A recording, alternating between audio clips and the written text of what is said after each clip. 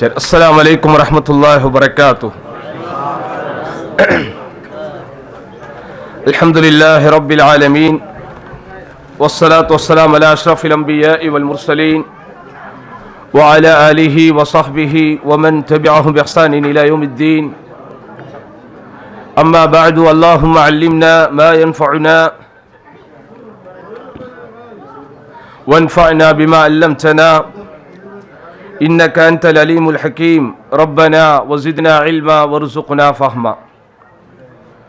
اللهم صل على محمد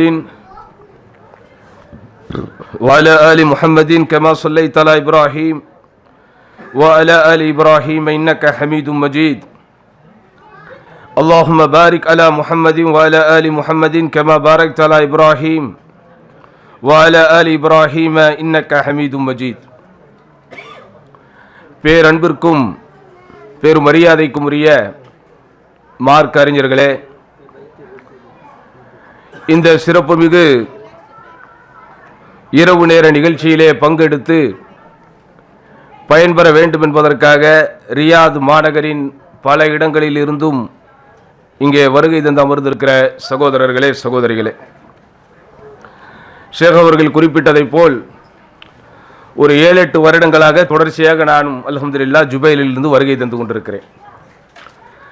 அதை அவர் சொல்லும்போது எனக்கு சந்தோஷமாக இருந்துச்சு. ஆனால் கூடவே நான் உங்களை எல்லாம் மகிழ்ச்சியில் ஆழ்த்தி விட்டு போகிறேன்கிறார். இது எப்படி நான் எடுத்துக்கிறது? சரி, அவர் நல்ல நியத்தில் தான் சொல்லியிருக்கிறார், அல்ஹம்துலில்லாஹ். ஆனாலும் மகிழ்ச்சியில் ஆழ்த்தி விட்டு போகிறேன் என்றால் நாம் என்ன இங்கே ஆடலும் பாடலும் நிகழ்ச்சியுமா நடத்துகிறோம்? அது கிடையாது. ஒரு சிரிப்பும் சிந்தனையுமாக மக்களுக்கு மார்க்கம் சொல்ல வேண்டும் என்கிற ஒரு நோக்கத்திலே ஏதேனும் சில விஷயங்களை பேசி நீங்களும் சிரித்து மகிழ்ந்திருக்கலாம். ஆனால் இன்றைய தலைப்பு சிரித்து மகிழ்வதற்கான ஒரு தலைப்பு அல்ல, சிந்தித்து உணர்வதற்கான ஒரு தலைப்பு. பதில் போர் தரக்கூடிய படிப்பினைகள் என்கிற ஒரு தலைப்பை தந்திருக்கிறார்கள். இந்த தலைப்பை ஷேக் அவர்கள் தரும்போதே கூடவே ஒரு வார்த்தையும் சேர்த்து சொன்னார்கள், பெண்களுக்கும் சேர்த்து இதில் நீங்கள் கருத்து சொல்ல வேண்டும் என்று. இப்போ இதுதான் முரண்படுதுங்க. அதற்காக போர்க்களத்திற்கும் பெண்களுக்கும் சம்பந்தமே இல்லையா அப்படிலாம் சொல்ல முடியாது. அப்படிதானே? குடும்ப வாழ்க்கையில் ஈடுபடுகிற ஒவ்வொருவருக்கும் தெரியும், ஈரான் போர் செய்து 3ஆம் உலகப் போர் உலகத்தில் வருமோ இல்லையோ தெரியாது. ஆனால் ஒவ்வொரு புருஷன் கணவன் மனைவியும் வீட்டிலே சண்டை போடும்போது அந்த சண்டை எப்படித்தான் இருக்குது?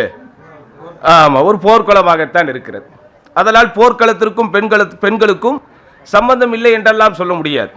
நீங்களெல்லாம் அடுத்தவர்களை தாக்கணும் அப்படின்னு முடிவு பண்ணீங்கன்னா கூரேந்திய ஒரு வாளை நீங்கள் ஆயுதமாக எடுக்க வேண்டும்.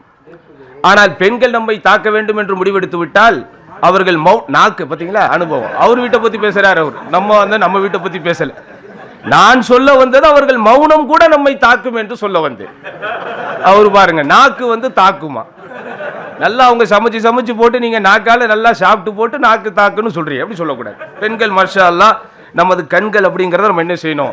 எப்பவுமே மனசில் வைக்கணும். நான் பலமுறை சொல்லுவேன், இஸ்லாமிய மார்க்கம் பெண்களை கண்ணியப்படுத்தியதை போல உலகத்தில் வேறு யாரும் கண்ணியப்படுத்தவே முடியாது.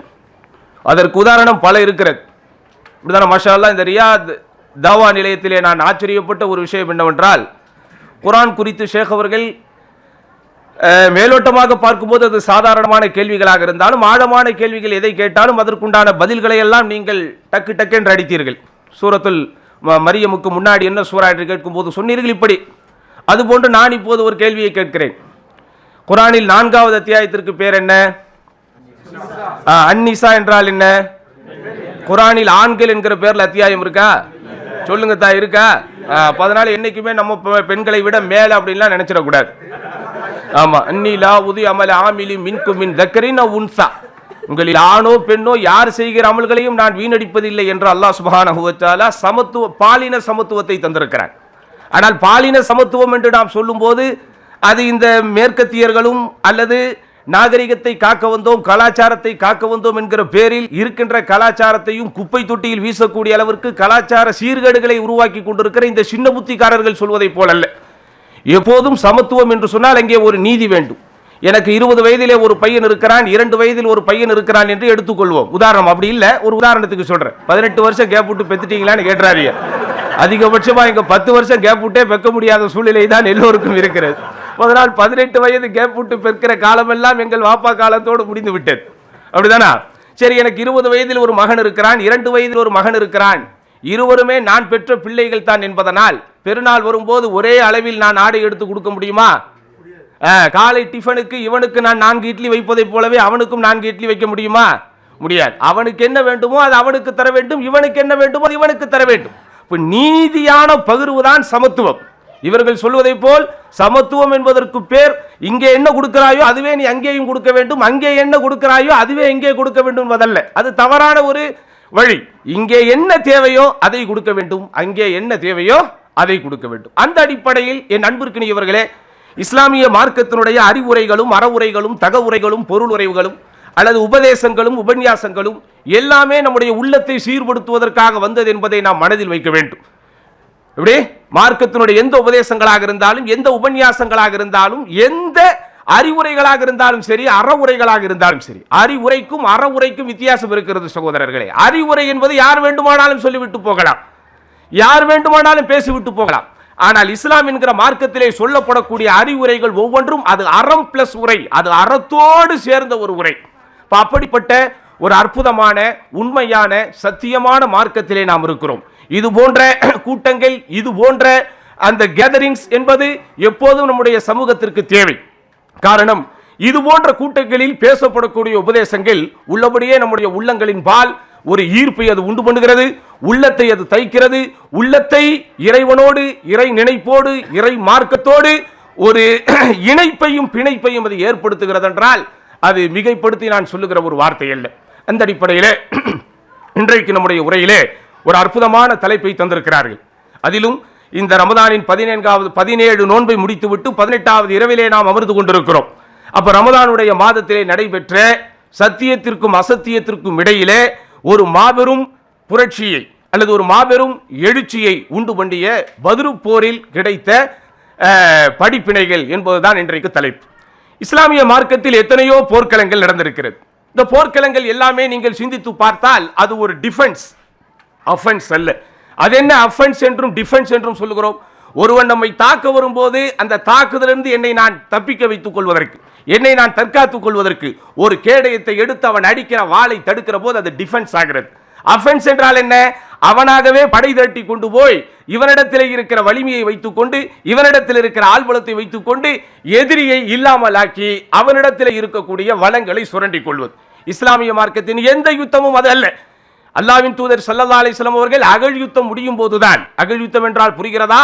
அஹ்ஸாப் என்றும் அதற்கு ஒரு பேர் இருக்கிறது, ஹந்தக் என்றும் அதற்கு ஒரு பேர் இருக்கிறது. அந்த யுத்தம் முடியும் போதுதான் அகிலத்தின் அருட்கொடை அன்னலம் பெருமானார் பொறுமையின் பொக்கிஷம் மனிதகுல மாணிக்கம் எதையும் தாங்கும் இதயம் ரசூலுல்லாஹி ஸல்லல்லாஹு அலைஹி வஸல்லம் சொன்னார்கள், அல் ஆன் நஹ்னு நஹ்ஸூஹும் வலா யஹ்ஸூனனா, இனிமேல் நாம் தான் அவர்களோடு போருக்கு போவோம், அவர்கள் நம்மிடத்திலே போருக்கு வர முடியாது என்று. பாதுகாலம் வரைக்கும் நடைபெற்ற எந்த யுத்தங்களாக இருந்தாலும் படைகளை திரட்டி கொண்டு, ஆயுதங்களை எடுத்துக்கொண்டு தன்னுடைய வல்லாதிக்கத்தை நிலைநாட்ட வேண்டும் என்கிற எண்ணத்தோடு எதிரிகள் தான் புறப்பட்டு வந்தார்கள். சின்னஞ்சிறு படைகளாக இருந்தாலும், ஆயுதத்தில் குறைபாடுகளாக இருந்தாலும், எண்ணிக்கையில் மிகப்பெரிய ஒரு பலவீனம் இருந்தாலும், எதை கொண்டும் அவர்கள் தோல்வி அடைந்து போகாமல், துவண்டு போகாமல், அல்லாஹ் சுப்ஹானஹு வ தஆலாவினுடைய அருளை கொண்டு அல்லாஹ்வினுடைய அந்த திருப்தியை பெற வேண்டும் என்கிற நோக்கத்தோடு அவர்கள் வெற்றி பெற்ற யுத்தங்களில் முதன்மையானதும் முக்கியமானதும் பிரதானமானதும் பிரமாதமானதும் இந்த பத்ர் யுத்தம் என்பது வரலாறு சொல்லுகிற பேருண்மை. அதனால் தான் இந்த யுத்தத்திற்கு யௌமுல் ஃபுர்கான், சத்தியத்தையும் அசத்தியத்தையும் பிரித்தறியக்கூடிய போர். அதே போன்று இந்த யுத்தத்திலே அல்லாஹ்வினுடைய உதவி நேரடியாக அவர்களுக்கு கிடைத்தது. எதிரிகளுக்கு அல்லாஹ் சுப்ஹானஹு வ தஆலா ஒரு அச்சத்தையும் ஒரு பீதியையும் இயல்பாகவே இயற்கையாகவே உண்டு பண்ணி முஸ்லிம்களுக்கு மீது முஸ்லிம்கள் இலகுவாக வெற்றி பெறுவதற்கு அல்லாஹ் சுப்ஹானஹு வ தஆலா ஒரு வாய்ப்பை உருவாக்கி கொடுத்த ஒரு யுத்தம். இந்த யுத்தத்தில் தான் அல்லாஹ் நேரடியாக வானவர்களையே இறக்கி களம் காண செய்தான். இந்த யுத்தத்திலே பங்கு பெற்ற முஸ்லிம்கள் எல்லா முஸ்லிம்களையும் விட சிறந்தவர்கள் என்கிற பெயரை பெற்றார்கள். உங்களுடைய கவனத்திற்காக தகவலுக்காக ஒன்றை சொல்கிறேன். இந்த யுத்தத்திலே பங்கெடுத்த மலக்குகள் ஏனைய மலக்குகளையும் விட சிறந்தவர்கள் என்கிற பெயரையும் பெற்றார்கள். எவ்வளவு உணர்ச்சி பூர்வமான ஒரு யுத்தமாக இது இருந்தால், எவ்வளவு பெரிய உரிமைக்கான ஒரு யுத்தமாக இது இருந்தால், மார்க்கத்தினுடைய மார்க்கத்தை முதன்மைப்படுத்த, மார்க்கத்தை மேலோங்க செய்ய, அல்லாஹ்வினுடைய வார்த்தையை மேலோங்க செய்ய நடைபெற்ற ரத்தமும் சதையுமாக நடைபெற்ற இந்த யுத்தத்தில் அல்லாஹ் சுப்ஹானஹு வ தஆலா எவ்வளவு பெரிய உணர்வுபூர்வமான உண்மைகளை வைத்திருக்கிறான் என்றால், அதிலே பங்கெடுத்த முஸ்லிம்கள் மாத்திரமல்ல அதிலே பங்கெடுத்த மலக்குகளை கூட ஏனைய மலக்குகளை விட சிறந்தவர்கள் என்கிற ஒரு சிறப்பு பேற்றினை அல்லாஹ் சுப்ஹானஹு வ தஆலா கொடுத்தான். அதனால் தான் பத்ரு போரிலே பங்கெடுத்தவர்கள் பெற்ற சிறப்பை போல உலகத்தில் யாருமே பெற முடியாது.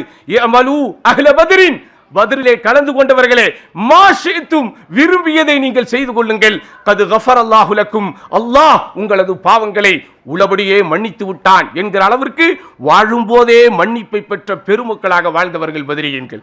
கொஞ்சம் சிந்தித்து பாருங்கள் சகோதரர்களே. பத்ரு போரிலே இறந்தவர்களை விட்டு விடுங்கள், அவர்கள் எல்லாம் சுஹதாக்கள். பத்ரு போரிலே இறந்த எல்லோருக்குமே நாலல் ஃபிர்தௌஸல் அலா, உயர்வான ஃபிர்தௌஸ் என்கிற சொர்க்க சோலையை பெற்றவர்கள் என்கிற சிறப்பினை பெற்று விட்டார்கள். ஆனால் பத்ரு போரிலே பங்கெடுத்து வீர மரணம் அடையாமல் வீர தீரத்தோடு போரிட்டு யாரெல்லாம் உயிரோடு இறுதி காலம் வரைக்கும் வாழ்ந்தார்களோ அவர்களுக்கு அந்த பத்ர் யுத்தத்திலே பங்கு பெற்ற அந்த நாளில் இருந்தே அவர்களுக்கு சொல்லப்பட்டிருக்கிற சிறப்பு, கது கஃபரல்லாஹு லக்கும், அல்லாஹ் உங்களது பாவங்களை மன்னித்து விட்டான், அல்லாஹ் உங்களது பாவங்களை மன்னித்து விட்டான். இப்படிப்பட்ட சிறப்பை என் போல் உங்கள் போல் ஒரு சாமானியருக்கு கிடைத்திருந்தால் என்னவெல்லாம் ஆட்டம் போட்டிருப்போம், என்னவெல்லாம் பேசியிருப்போம், எப்படியெல்லாம் நம்முடைய மதிப்பை பிறரிடத்திலே உணர வைப்பதற்கு முயற்சி செய்திருப்போம், எப்படியெல்லாம் நாம் மேம்பட்டவர்கள் என்று காட்டிருப்போம். இன்றைக்கு மனிதர்களை பீடித்திருக்கிற மனநோயிலேயே பெரிய மனநோய் எது தெரியுமா சகோதரர்களே? எப்படியாவது ஏதாவது ஒரு விஷயத்தில் உன்னை விட நான் மேம்பட்டவன், உன்னை விட நான் உயர்ந்த அந்தஸ்திலே இருக்கிறேன் என்பதை காட்டுவதற்கு இன்றைக்கு நாம் வாழ்ந்து கொண்டிருக்கிற இந்த காலகட்டத்தில் மக்கள் மனநோய் பிடித்து அலைந்ததை போல வேறு எந்த காலகட்டத்திலும் வாழ்ந்ததில்லை. ஏதாவது ஒரு விஷயத்துல காட்டலாட்டா இவனுக்கு தூக்கமே வர மாட்டேன், சின்ன சின்ன விஷயத்திலேயாவது காட்டிறன். சிறு பிள்ளைகள் கூட இன்றைக்கு அப்படித்தான். எனக்கு நன்றாக நினைவு இருக்கிறது, ஒரு பள்ளிக்கூடத்திலே நான் ஆசிரியராக வேலை பார்த்துக் கொண்டிருந்தேன். நான் இப்போது 11th 12th பாய்ஸுக்கு பாடம் எடுத்துக் கொண்டிருந்தேன். ஒரு முறை அந்த பிள்ளைகளை எல்லாம் சுற்றுலாவுக்காக அழைத்து சொல்கிறோம், அப்படித்தானே? இன்றைக்கு பள்ளிக்கூடத்திலே எழுதப்படாத ஒரு விதி, எல்லாருக்கும் என்ன இருக்கணும், ஒரு எக்ஸ்கர்ஷன். பிள்ளைகளை எல்லாம் உற்சாகப்படும், எல்லாருக்கும் இன்னைக்கு உற்சாகம் தேவைப்படுகிறது. எல்லாருக்கும் இன்னைக்கு பாருங்க போனுக்கு கூட உற்சாகம் தேவைப்படுது. உற்சாகம் இல்லாமல் உலகத்தில் யாரும் இன்றைக்கு நிம்மதியாக வாழவே முடியாது. எத்தனையோ பேர்களை அவர்கள் வைத்திருக்கிறார்கள். உற்சாகம், உல்லாசம், இதெல்லாம் இன்றைக்கு மக்கள் விரும்பி பயன்படுத்துகிற வார்த்தை சொற்கள் ஆகிவிட்டது. அதிலே நான் பார்த்த ஆச்சரியம் என்ன தெரியுமா? 12ஆம் வகுப்பு படிக்கிற மாணவர்களையும் 11ஆம் வகுப்பு படிக்கிற மாணவர்களையும் ஒன்றாக அழைத்து சென்று விட்டோம். அதிலே ஒரு பையனுடைய முகமே வாடி போய் விட்டது, எரிச்சலாக இருக்கிறான். வேண்டா வெறுப்புக்கு பிள்ளை பெற்று காண்டா மிருகம் என்று பேர் வைத்ததை போல ஏண்டா உங்களோடு வந்தோம் என்று பார்ப்பதை போலவே பார்த்து கொண்டிருக்கிறான். என்னடா டூருக்கு வந்தா எல்லாரும் ஜாலியா இருப்பாங்க, என்னடா போருக்கு வந்த மாதிரி நிக்கிற, அப்படிதானா? போருக்கு போனா மூணு இருக்க வேண்டியதான். நம்மளை பொறுத்த வரைக்கும் போருக்கு போனாலே டூருக்கு போன மாதிரி போகணும். ஏன், அந்த போரில் ஒருவேளை என் உயிர் போய்விட்டால் நான் எங்கே போகிறேன்? உலகத்தில் அதை விட ஒரு வாய்ப்பு இருக்குமா? அப்போ ஒரு போருக்கு போனாலே உற்சாகத்தோடு போக வேண்டிய ஒரு சமுதாயத்தை சேர்ந்த நீ என்னடா நீ டூருக்கு வந்து போருக்கு வந்த மாதிரி உட்கார்ந்து இருக்கிற? என்ன சார் நீங்க, அவன் வந்து 12th, நாங்க 12th படிக்கிறோம், நீங்க 11th ஸ்டாண்டர்ட் பசங்களையும் எங்களையும் ஒன்னா கூட்டு வரீங்க, ரெண்டு பேருக்கு என்னங்க வித்தியாசம் இருக்கும்? என்ன வித்தியாசம்? ஒரு வயசு வித்தியாசம் இருக்குமா? அதுவும் அவனுக்கு டேட் ஆஃப் பர்த் எல்லாம் செக் பண்ணி பார்த்தா ஒவ்வொருத்தனுக்கும் ஒரு 6 மாசம் 7 மாசம் தான் வித்தியாசம் வருது. 4 மாசம் 7 மாசத்துக்கு முன்னாடி பிறந்தவனே என்னைய நீ முன்னாடி வைக்கணும், எனக்கு 7 மாசம் அவன் பின்னாடி பிறந்திருக்கிறான், அவனை நீ பின்னாடி வைக்கணும் என்கிற அந்த அங்கீகார எதிர்ப்பு. அங்கீகார எதிர்ப்புனா புரியுதா? எல்லாத்திலையும் ஒரு எக்ஸ்பெக்டேஷன், எல்லாத்திலையும் நான் அங்கீகரிக்கப்படணும், எல்லா இடத்துலையும் நான் மதிக்கப்படணும், எல்லா இடத்துலையும் நான் உயர்வாக பேசப்படணும். அது எப்படி பிரதர் முடியும்? உன் மனைவிக்கு தான் நீ கணவனா இருக்க முடியும், அப்படிதானே? வீட்டுக்குள்ளதான் நீ மாப்பிள்ளையா இருக்க முடியும், எங்க போனாலும் எப்படி நீ மாப்பிள்ளையா இருக்க முடியும்? இல்ல, நான் வீட்டுக்குள்ள மாப்பிள்ளைனா எங்க போனாலும் மாப்பிள்ளை தான், அது எப்படி இருக்க முடியும்? அதெல்லாம் முடியாது. அப்போ அந்த இயற்கையை, அந்த இயல்பை ஏற்றுக்கொள்ளக்கூடிய ஒரு மனப்பக்குவம் இல்லாமல் ஒரு மாதிரியான மனநோய் பிடித்தவர்களாகவே இன்றைக்கு மனிதர்கள் வாழ்ந்து கொண்டிருக்கிறார்கள். ஆனா எப்படியாப்பட்ட சிறப்பு அவர்களுக்கு கிடைத்தது?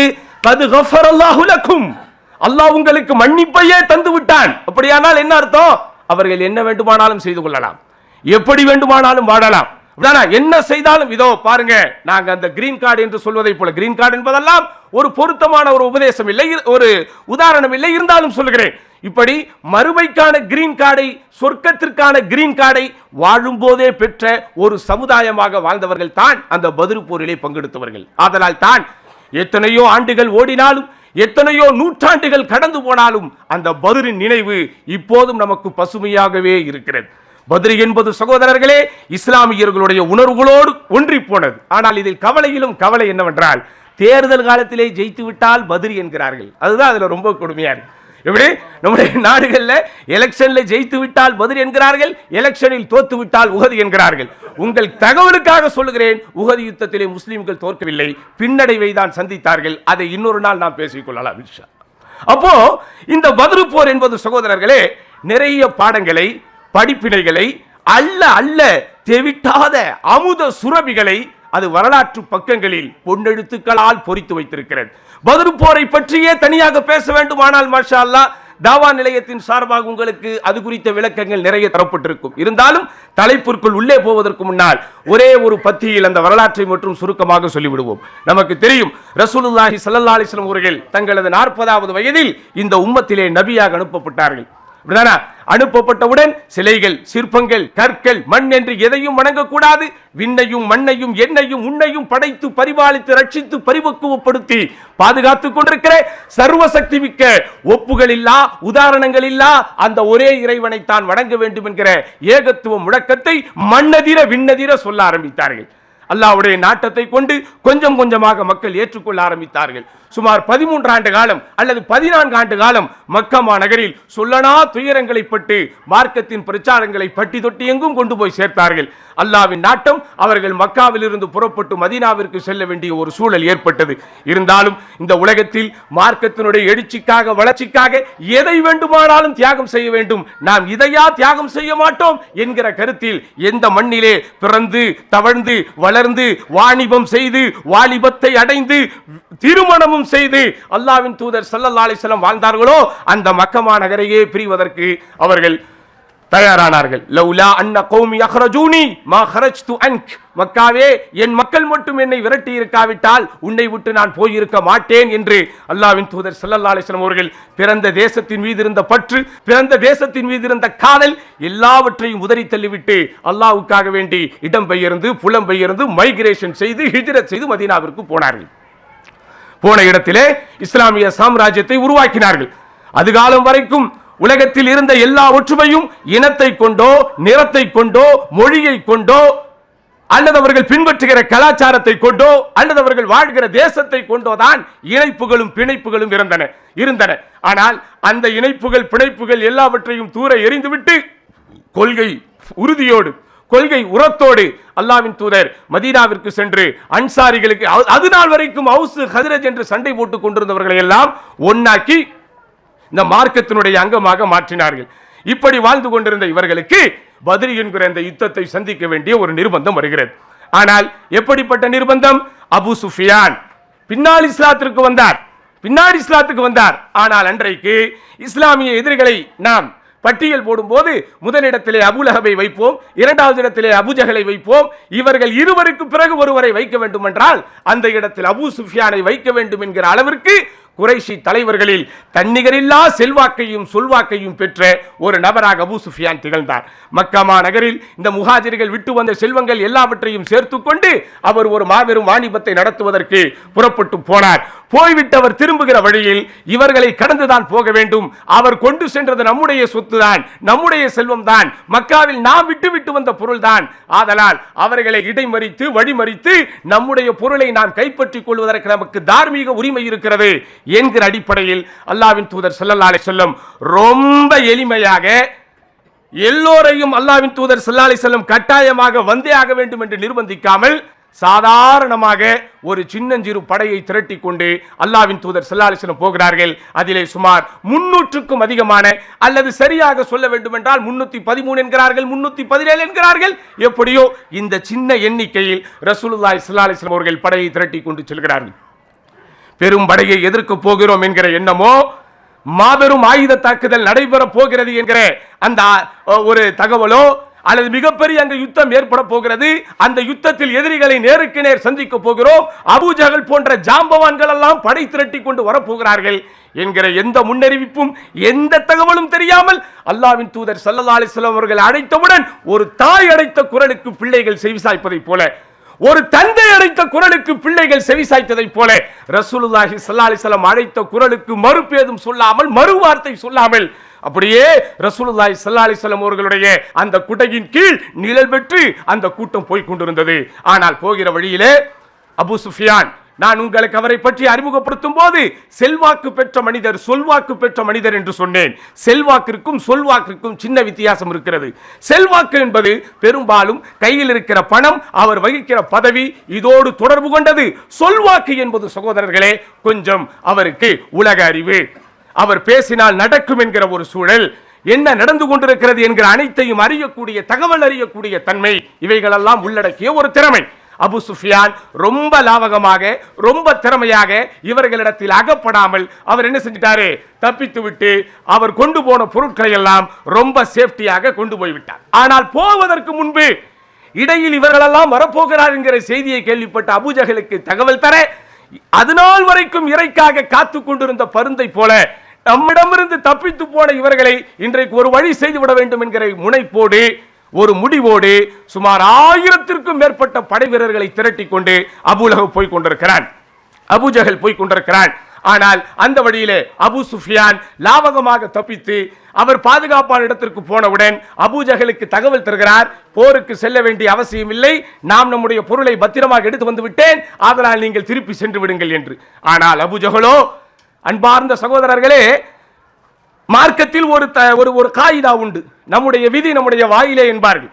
சில விஷயங்கள் நாம் பேசுவோம், அல்லாஹ்வுடைய நாட்டப்படி அது நடந்துவிடும். அதுபோல எதிரிகளை சந்தித்தே ஆக வேண்டும். அல்லாஹ்வின் தூதர் ஸல்லல்லாஹு அலைஹி வஸல்லம் அவர்களையும் அவர்கள் தம் படையையும் இன்றைக்கு ஒரு செஞ்சிடணும், இன்றைக்கு அவர்களை முடித்து விட வேண்டும் என்கிற வெறியோடு வந்து கொண்டிருந்த அபூஜஹல் அபு சுஃபியானுடைய இந்த ஆலோசனை ஏற்க மறுத்து, முன்வைத்த காலை பின் வைக்க மாட்டோம், நாம் முகம்மதையும் அவர்தம் கூட்டத்தையும் மதீனாவில் வேறறுக்காமல் திரும்பி செல்ல மாட்டோம் என்று சூளுரைத்து அந்த வீரர்களை எல்லாம் அழைத்து செல்கிறார். இப்போது ரசூலுல்லாஹி ஸல்லல்லாஹு அலைஹி வஸல்லம் அவர்களும் அவர்கள் தம் தோழர்களும் இக்கட்டான ஒரு சூழலில் இருக்கிறார்கள்.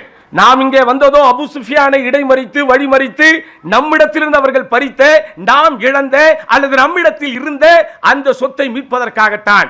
ஆனால் அபு சுஃபியானோ சொத்துக்களை எடுத்துக்கொண்டு போய்விட்டார். இப்போது நாம் அங்கே போனால் எதிரிகளை நேருக்கு நேர் சந்திக்க வேண்டி வரும், என்ன செய்வது என்கிற இக்கட்டான சூழ்நிலையில் இருக்க அல்லாஹ்வுடைய உதவியை கொண்டு போரிலே நேருக்கு நேராக அவர்கள் சந்தித்து அல்லாஹ்வின் தூதர் ஸல்லல்லாஹு அலைஹி வஸல்லம் அவர்களும் அவர்கள் தம் தோழர்களும் வெற்றி வாகை சூடினார்கள். அதுநாள் வரைக்கும் மொழி பெருமை பேசிக் கொண்டிருந்த, இனப்பெருமை பேசிக் கொண்டிருந்த, இன்றைக்கு எப்படி சில வல்லாதிக்க சக்திகள் உலகத்தையே ஆட்டி படைப்பவர்கள் நாங்கள் தான் என்கிற திமிரோடு இருமாப்போடு இருக்கிறார்களோ, அதுபோல அன்றைக்கு இருமாப்போடு இருந்த அந்த குறைஷி குலத்தினுடைய ஒட்டுமொத்த திமிர்களும் அடக்கப்பட்ட நாள் இந்த பத்ர் யுத்தத்திலே முஸ்லிம்கள் வெற்றி பெற்ற நாள். இப்படி சுருக்கமாக இந்த வரலாற்றை சொன்னாலும், இந்த வரலாற்றில் காலத்திற்கும் நாம் பெறுவதற்குண்டான ஏராளமான பாடங்களையும் படிப்பினைகளையும் அல்லாஹ் வைத்திருக்கிறான்.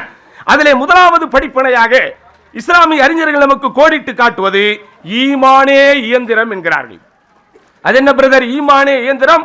ஒரு மனிதனுடைய உள்ளத்தை, ஒரு மனிதனுடைய இதயத்தை இயக்குகிற சக்தியாக என்ன இருக்கணும்? ஈமான் என்கிற இறை நம்பிக்கை இருக்கணும். ஈமான் என்கிற இறை நம்பிக்கை தான் நம்முடைய வாழ்க்கையின் அத்துணை விஷயங்களுக்கும் மேலே இருக்க வேண்டும். நம்முடைய குடும்ப வாழ்க்கையாக இருந்தாலும் அந்த குடும்ப வாழ்க்கையை கூட சகோதரர்களே இயக்குகிற இயந்திர சக்தியாக இருக்கணும், ஈமான் தான் இருக்கணும். அப்படிதானா? நன்றாக சிந்தித்து பாருங்கள். இஸ்லாம் திருமணத்தை எந்த அளவிற்கு வலியுறுத்தி சொல்லுகிறதோ, அல்லது திருமணத்தினுடைய சட்டங்களை பற்றி எந்த அளவிற்கு விளக்கமாக சொல்லுகிறதோ, அதே போல விவாகரத்தை பற்றியும் பேசுகிறது. விவாகரத்து என்னதான்? டிவோர்ஸ், தலாக். அப்படிதானே? இந்த தலாக் இன்றைக்கு சமூகத்திலே நடந்து கொண்டிருக்கிறதா இல்லையா? இருக்கு. அங்கிங்கனாதபடி எங்கும் பிரகாசமாய் ஒரு விஷயம் இன்றைக்கு ஒலித்துக் கொண்டிருக்கிறது என்றால் அது என்னதான்? தலாக் தான். ரொம்ப சர்வ சாதாரணமான சில்லி காரணங்களுக்காகவெல்லாம் இன்றைக்கு மனவிலக்குகள் நடைபெறுகிறது. நம்மிடத்திலே மார்க்க ரீதியான கேள்விகளை ஒரு வாரத்திற்கு ஒரு 10 கேள்வி கேட்கிறார்கள் என்றால் அதில் குறைந்தபட்சம் 5 கேள்வி எது குறித்து தான் இருக்கிறது? ஒரு காலத்தில் தலாக்கு பற்றி இருந்து இன்றைக்கு ஹுலாவை குறித்து தான் அதிகமாக கேள்விகள் கேட்கப்படுகிறது. என்னங்க நீங்க இங்க வந்து புருஷன் முண்டாட்டி சந்தோஷமா இருக்கிறத பத்தி சொல்லுவீங்கன்னு பார்த்தா விவாகரத்து ஹுலான்னு பேசுறீங்களே, தீ என்று சொல்வதால் சுட்டு விடாது சகோதரர்களே, எல்லாத்தையும் நம்ம தெரிஞ்சுதான் இருக்கணும். நான் சொல்ல வந்த கருத்து என்னன்னா, இந்த தலாக் செய்வதற்கு, விவாகரத்து செய்வதற்கு இஸ்லாம் சொல்லக்கூடிய, குர்ஆன் சொல்லக்கூடிய காரணம் என்ன? இன்னைக்கு நம்ம ஊர்களில் தலாக் நிறைய நடக்குது. எதுக்கெல்லாம் நடக்குது? எதுக்கெல்லாம் தான் நடக்குது? புருஷன் அடிக்கிறானா? பொண்டாட்டி புருஷனை அடிக்காம இருந்தா போதுங்கிற மாதிரியான ஒரு காலத்துல வாழ்ந்துகிட்டு இருக்கிறோம். யாருங்க இப்பெல்லாம் அடிக்கிறா? சரி விடுங்க, அது அடிக்கிறவங்க ஏதோ ஒரு வேற்று கிரகத்துல வாழ்ந்துகிட்டு இருக்கிறாங்க போல இருக்கு. வேற என்னென்ன காரணங்கள்லாம் இருக்கு தலாக்குக்கு? யாரு மனைவி வந்து கணவனை சமைக்க சொன்னாவா? துவைக்க தெரியல யாருக்கு? கணவனுக்கா? சரி, ஏதோ காரணங்கள். பிரதான காரணங்கள் என்று பார்த்தால் எப்படி எங்க வீட்டுக்கு அவங்க வீட்டுக்கு ஒத்து வரல, அல்லது மாமியாருக்கு மருமகளுக்கு மிஸ் அண்டர்ஸ்டாண்டிங், அல்லது கணவனுடைய பொருளாதாரம் பத்தல, இப்படி, அல்லது மிகுந்த எதிர்பார்ப்புகளோட வந்து ஏமாறுறது. மிகுந்த எதிர்பார்ப்புகளோட வந்து அது ஏமாறுறது. நான் எல்லோருக்கும் சொல்லுவேன், நம் எல்லோருக்கும் சொல்லுவேன், எதிர்பார்ப்புகளை குறைத்துக் கொண்டால் ஏமாற்றங்களை தவிர்க்கலாம். எந்த விஷயமாக இருந்தாலும் சரி, எதிர்பார்ப்போட போறோம், அங்க கிடைக்காட்ட என்ன செஞ்சிடறோம்? நம்ம ஏமாந்துடுறோம். அப்ப அதனால் சகோதரர்களே, எதிர்பார்ப்புகளை குறைத்தால் ஏமாற்றங்கள் என்ன செய்யலாம்? தவிர்க்கலாம். ஆனால் நம்ம வளரும் தலைமுறைகள், அது ஆண் பிள்ளைகளாக இருந்தாலும் சரி, பெண் பிள்ளைகளாக இருந்தாலும் சரி, யூடியூப் ரீல்ஸ்களில் வருவதையெல்லாம் ரியல் என்று நினைத்துக் கொண்டு, அவனே அதுல என்னன்னு போட்டிருக்கான்? ரீல்னு தான் போட்டிருக்கான். ரீல்னா என்னது? டுபாகூர். ஒண்ணும் இல்ல, நான் சொல்ல இந்த வார்த்தை அவர் சொல்லி கொடுத்ததுங்க. அப்படிதானே? அர்த்தம் இல்லாதது என்று பொருள், உண்மை இல்லாதது என்று பொருள். அவனே தெளிவா ரீல்னு தான் போட்டிருக்கான். இந்த பக்கம் பார்த்தா Facebookல என்னதான் வருது? ஷார்ட்ஸ் வருது. அப்படின்னா என்னது? கொஞ்ச நேரத்துக்கு தான். எல்லாம் அர்த்தமா தான் போட்டிருக்கிறான். அவன் சும்மா போடல. அவன் ஷார்ட்ஸ்களையும் ரீல்ஸ்களையும் பார்த்து விட்டு இதுதான் உண்மையான வாழ்க்கை என்று எண்ணி என்ன செய்யறாங்க? எல்லாரும் அவர்களுடைய திருமண வாழ்க்கைக்குள் நுழையும் போது ஏமாந்து விடுகிறார்கள். அவனே ரொம்ப தெளிவா போட்டிருக்கிறான், இது ரீலு, உண்மை இல்ல, இது ஷார்ட், கொஞ்ச நாள் தான், இது வந்து ரொம்ப நாள் வராது அப்படின்னு போட்டான். அப்போ என்னென்ன காரணங்களுக்காகவோ என்ன செய்யப்படுகிறது? விவாகரத்துகள் நடைபெறுகிறது. ஆனால் அல்லாஹ் குர்ஆனில் சொல்லக்கூடிய காரணம் என்ன தெரியுமா? அல்லாஹ் யுகீமா ஹுதூத்.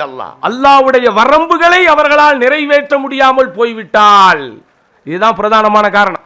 எங்கேயாவது இப்படி ஒரு காரணத்திற்காக தலாக் நடந்திருக்கிறது என்று ஜமாத்தார்களை நீங்கள் கேள்விப்பட்டிருக்கிறீர்களா? என் கணவன் 5 நேரம் தொழாமல் இருக்கிறான், அதனால் தான் அவனை வேண்டாம் என்று சொல்லுகிறேன் என்று எந்த மனைவியாவது சொல்லி இருக்கிறாளா? என் மனைவி 5 நேரம் தொழமாட்டேன் என்கிறாள், மார்க்கத்தினுடைய கடமைகளை செய்ய மாட்டேன் என்கிறாள், அதனால் தான் அவளை வேண்டாம் என்று சொல்லுகிறேன் என்று யாராவது சொல்லி இருக்கிறானா? ஆனா அல்லாஹ் குர்ஆனிலே சொல்லக்கூடியது என்னத்தா? அவர்களால் அல்லாஹ்வுடைய வரம்புகளை நிறைவேற்ற முடியாமல் போய்விட்டால். அப்ப நன்றாக புரிந்து கொள்ளுங்கள், ஈமான் என்கிற இறை நம்பிக்கை தான் அஸ்திவாரமாக இருக்க வேண்டும், ஆழமானதாக இருக்க வேண்டும். அப்படித்தான் அவர்களுக்கு இருந்தது. நபிகள் நாயகம் ஸல்லல்லாஹு அலைஹி வஸல்லம் அவர்கள் போருக்கான தயாரான ஒரு சூழ்நிலையிலே இருக்கிறார்கள். தோழர்களை திரட்டி கொண்டு போகிறார்கள். போகிற வழியிலே ஹுபை பின் இசாஃப் என்கிற ஒரு நபர் இருந்தார். இதெல்லாம் ரொம்ப ஆழமான வரலாறு. அதிகமாக இந்த வரலாற்று செய்திகளை நீங்கள் கேள்விப்பட்டிருப்பதற்கு வாய்ப்பில்லை, அல்லாஹ் நாடியவர்களை தவிர. சீரத் இப்னு ஹிஷாம், தபகாத் இப்னு சஅத் என்பன போன்ற பெரும் பெரும் வரலாற்று கிரந்தங்களிலே வரக்கூடிய ஒரு செய்தி. அப்போ இவர் என்ன செய்கிறார்? மதீனாவின் பூர்வகுடியாக இருந்தாலும் மார்க்கத்தை ஏற்காத ஒரு நபராக இருக்கிறார். நன்றாக சிந்தித்து பாருங்கள், 1000 பேருக்கு மேல் உள்ள ஒரு படையை 300 பேரை கொண்டு அல்லாஹ்வின் தூதர் ஸல்லல்லாஹு அலைஹி வஸல்லம் எதிர்க்கிறார்கள் என்றால் அதிலே ஒவ்வொரு வீரனும் யாரு? ரொம்ப முக்கியம். எந்த வீரனையும் இழந்து விடக்கூடாது, எண்ணிக்கையை அதிகப்படுத்த வேண்டுமே தவிர எண்ணிக்கையை குறைத்து விடக்கூடாது என்றுதான் எந்த ஒரு தளபதியும் எந்த ஒரு தலைமையிலே இருப்பவரும் யோசிப்பார். ஆனால் ரசூலுல்லாஹி ஸல்லல்லாஹு அலைஹி வஸல்லம் இடத்திலே இந்த ஹுபைப் இப்னு இசாஃப் என்கிற நபர் தானாக வந்து வாண்டடாக வந்து வண்டியிலே ஏறுகிறார். தானாக வந்து ரசூலுல்லாஹி ஸல்லல்லாஹு அலைஹி வஸல்லம் நானும் உங்களோடு சேர்ந்து போர் புரிகிறேன் என்கிறார். என்ன காரணம்? இறை மறுப்பாளர்களை அழிக்க வேண்டும் என்பதா? குறைஷி குலத்தை ஒழிக்க வேண்டும் என்பதா? இல்லை, இவர்களோடு சேர்ந்து கலந்து கொண்டு வெற்றி பெற்று விட்டால் கனிமத் பொருள் நமக்கு கிடைக்கும், போரிலே இருக்கக்கூடிய தளவாட பொருட்கள் நமக்கு கிடைக்கும் என்கிற லௌகீக உலக ரீதியான ஆசைக்காக வருகிறார். தகவலுக்காக சொல்கிறேன், இந்த ஹுபைப் பின் இசாஃப் அந்த சமூகத்திலே மிகப்பெரிய வீரன் என்று பெயர் எடுத்தவன், பல்வேறு விதமான போர் தந்திரங்களை தெரிந்தவன் என்கிற பெயர் எடுத்தவன். இவன் வருகிறான், இவன் அணையிலே இணைகிறான் என்கிற அந்த சம்பவம் மதீனாவில் இருக்கக்கூடிய அந்த முஸ்லிம்களுக்கு பெரும் சந்தோஷத்தை தந்தது. அப்ப தானாக வந்து அல்லாஹ்வின் தூதர் ஸல்லல்லாஹு அலைஹி வஸல்லம் இடத்திலே யா ரசூலல்லாஹ் உங்களோடு நானும் சேர்ந்து கொள்கிறேன் என்று சொல்லபோது ரசூலுல்லாஹி ஸல்லல்லாஹு அலைஹி வஸல்லம் அவர்கள் கேட்டார்கள் ஒரே கேள்வி, துமினு பில்லாஹி வ ரசூலி, அல்லாஹ்வையும் அல்லாஹ்வுடைய தூதரையும் நீ நம்பிக்கை கொண்டிருக்கிறாயா? அதான் கேள்வி. போர்க்களத்தில் வர்றவங்களுக்கு இன்டர்வியூல என்னங்க கேள்வி கேட்கணும்? போர்க்களத்திலே வருபவர்களிடத்திலே இன்டர்வியூல என்ன கேள்வி கேட்கணும்? உனக்கு வாள் வீச தெரியுமா? அம்பெய்ய தெரியுமா? குதிரை ஓட்ட தெரியுமா? 4 பேர் ஒன்றாக அடிக்க வந்தால் சமாளிக்க தெரியுமா? சாதாரண அறிவுள்ளவன் கூட இந்த கேள்வியை தான் கேட்பான். ஆமாவா இல்லையா? உங்களுக்கு ஒரு கிளர்க் ஒருத்தர் வேலைக்கு வராரு, அவர்கிட்ட நீங்க என்ன கேள்வி கேட்கணும்? டைப்பிங் தெரியுமா? கம்யூனிகேஷன் வருமா? உன் டைப்பிங் ஸ்பீட் என்ன? 60 to 70 லோவர் தெரியுமா? அப்பர் இதான் கேட்கணும். அப்படிதானா? அவங்கிட்ட உட்காந்து நீ எந்த ஊரு, நீ எந்த தெரு, லஞ்சுக்கு என்ன சாப்பிடுவ, உன் ஒய்ஃப் உனக்கு என்ன கொடுத்து விடுவா, இதா கேட்போம். யோசித்து பாருங்கள் சகோதரர்களே. ரசூலுல்லாஹி ஸல்லல்லாஹு அலைஹி வஸல்லம் அவர்களுக்கு விவரம் தெரியாதா? அல்லாஹ்வின் தூதரை விட ஒரு புத்திஜீவியான ஒரு தலைமைத்துவத்தை பார்த்து விட முடியுமா? தலைமை பண்பை பற்றி கேள்விப்பட்டு விட தான் முடியுமா?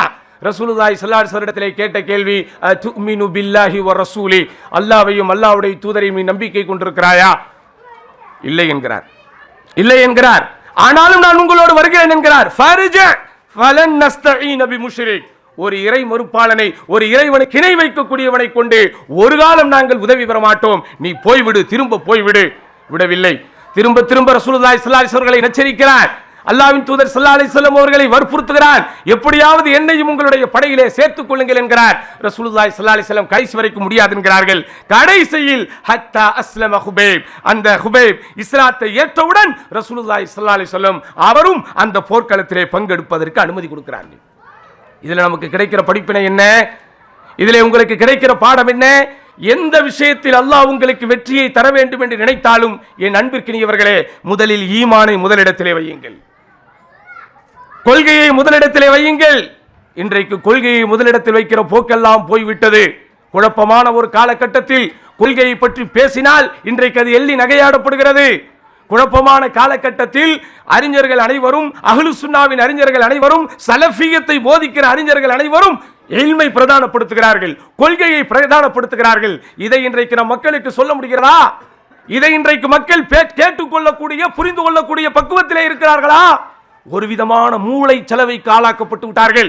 சமூக வலைத்தளங்களில் என்னெல்லாம் பரவுகிறதோ, சமூக வலைத்தளங்களில் என்னெல்லாம் படிக்கிறார்களோ அதையே தங்களுடைய பிரதானமான கல்வி என்று நினைத்து ஒரு குடிக்காமல் போதையில் இருக்கிற ஒரு பெருங்கொண்ட சமுதாயமாக இன்றைக்கு இஸ்லாமிய சமுதாயம் வாழ்ந்து கொண்டிருக்கிறது.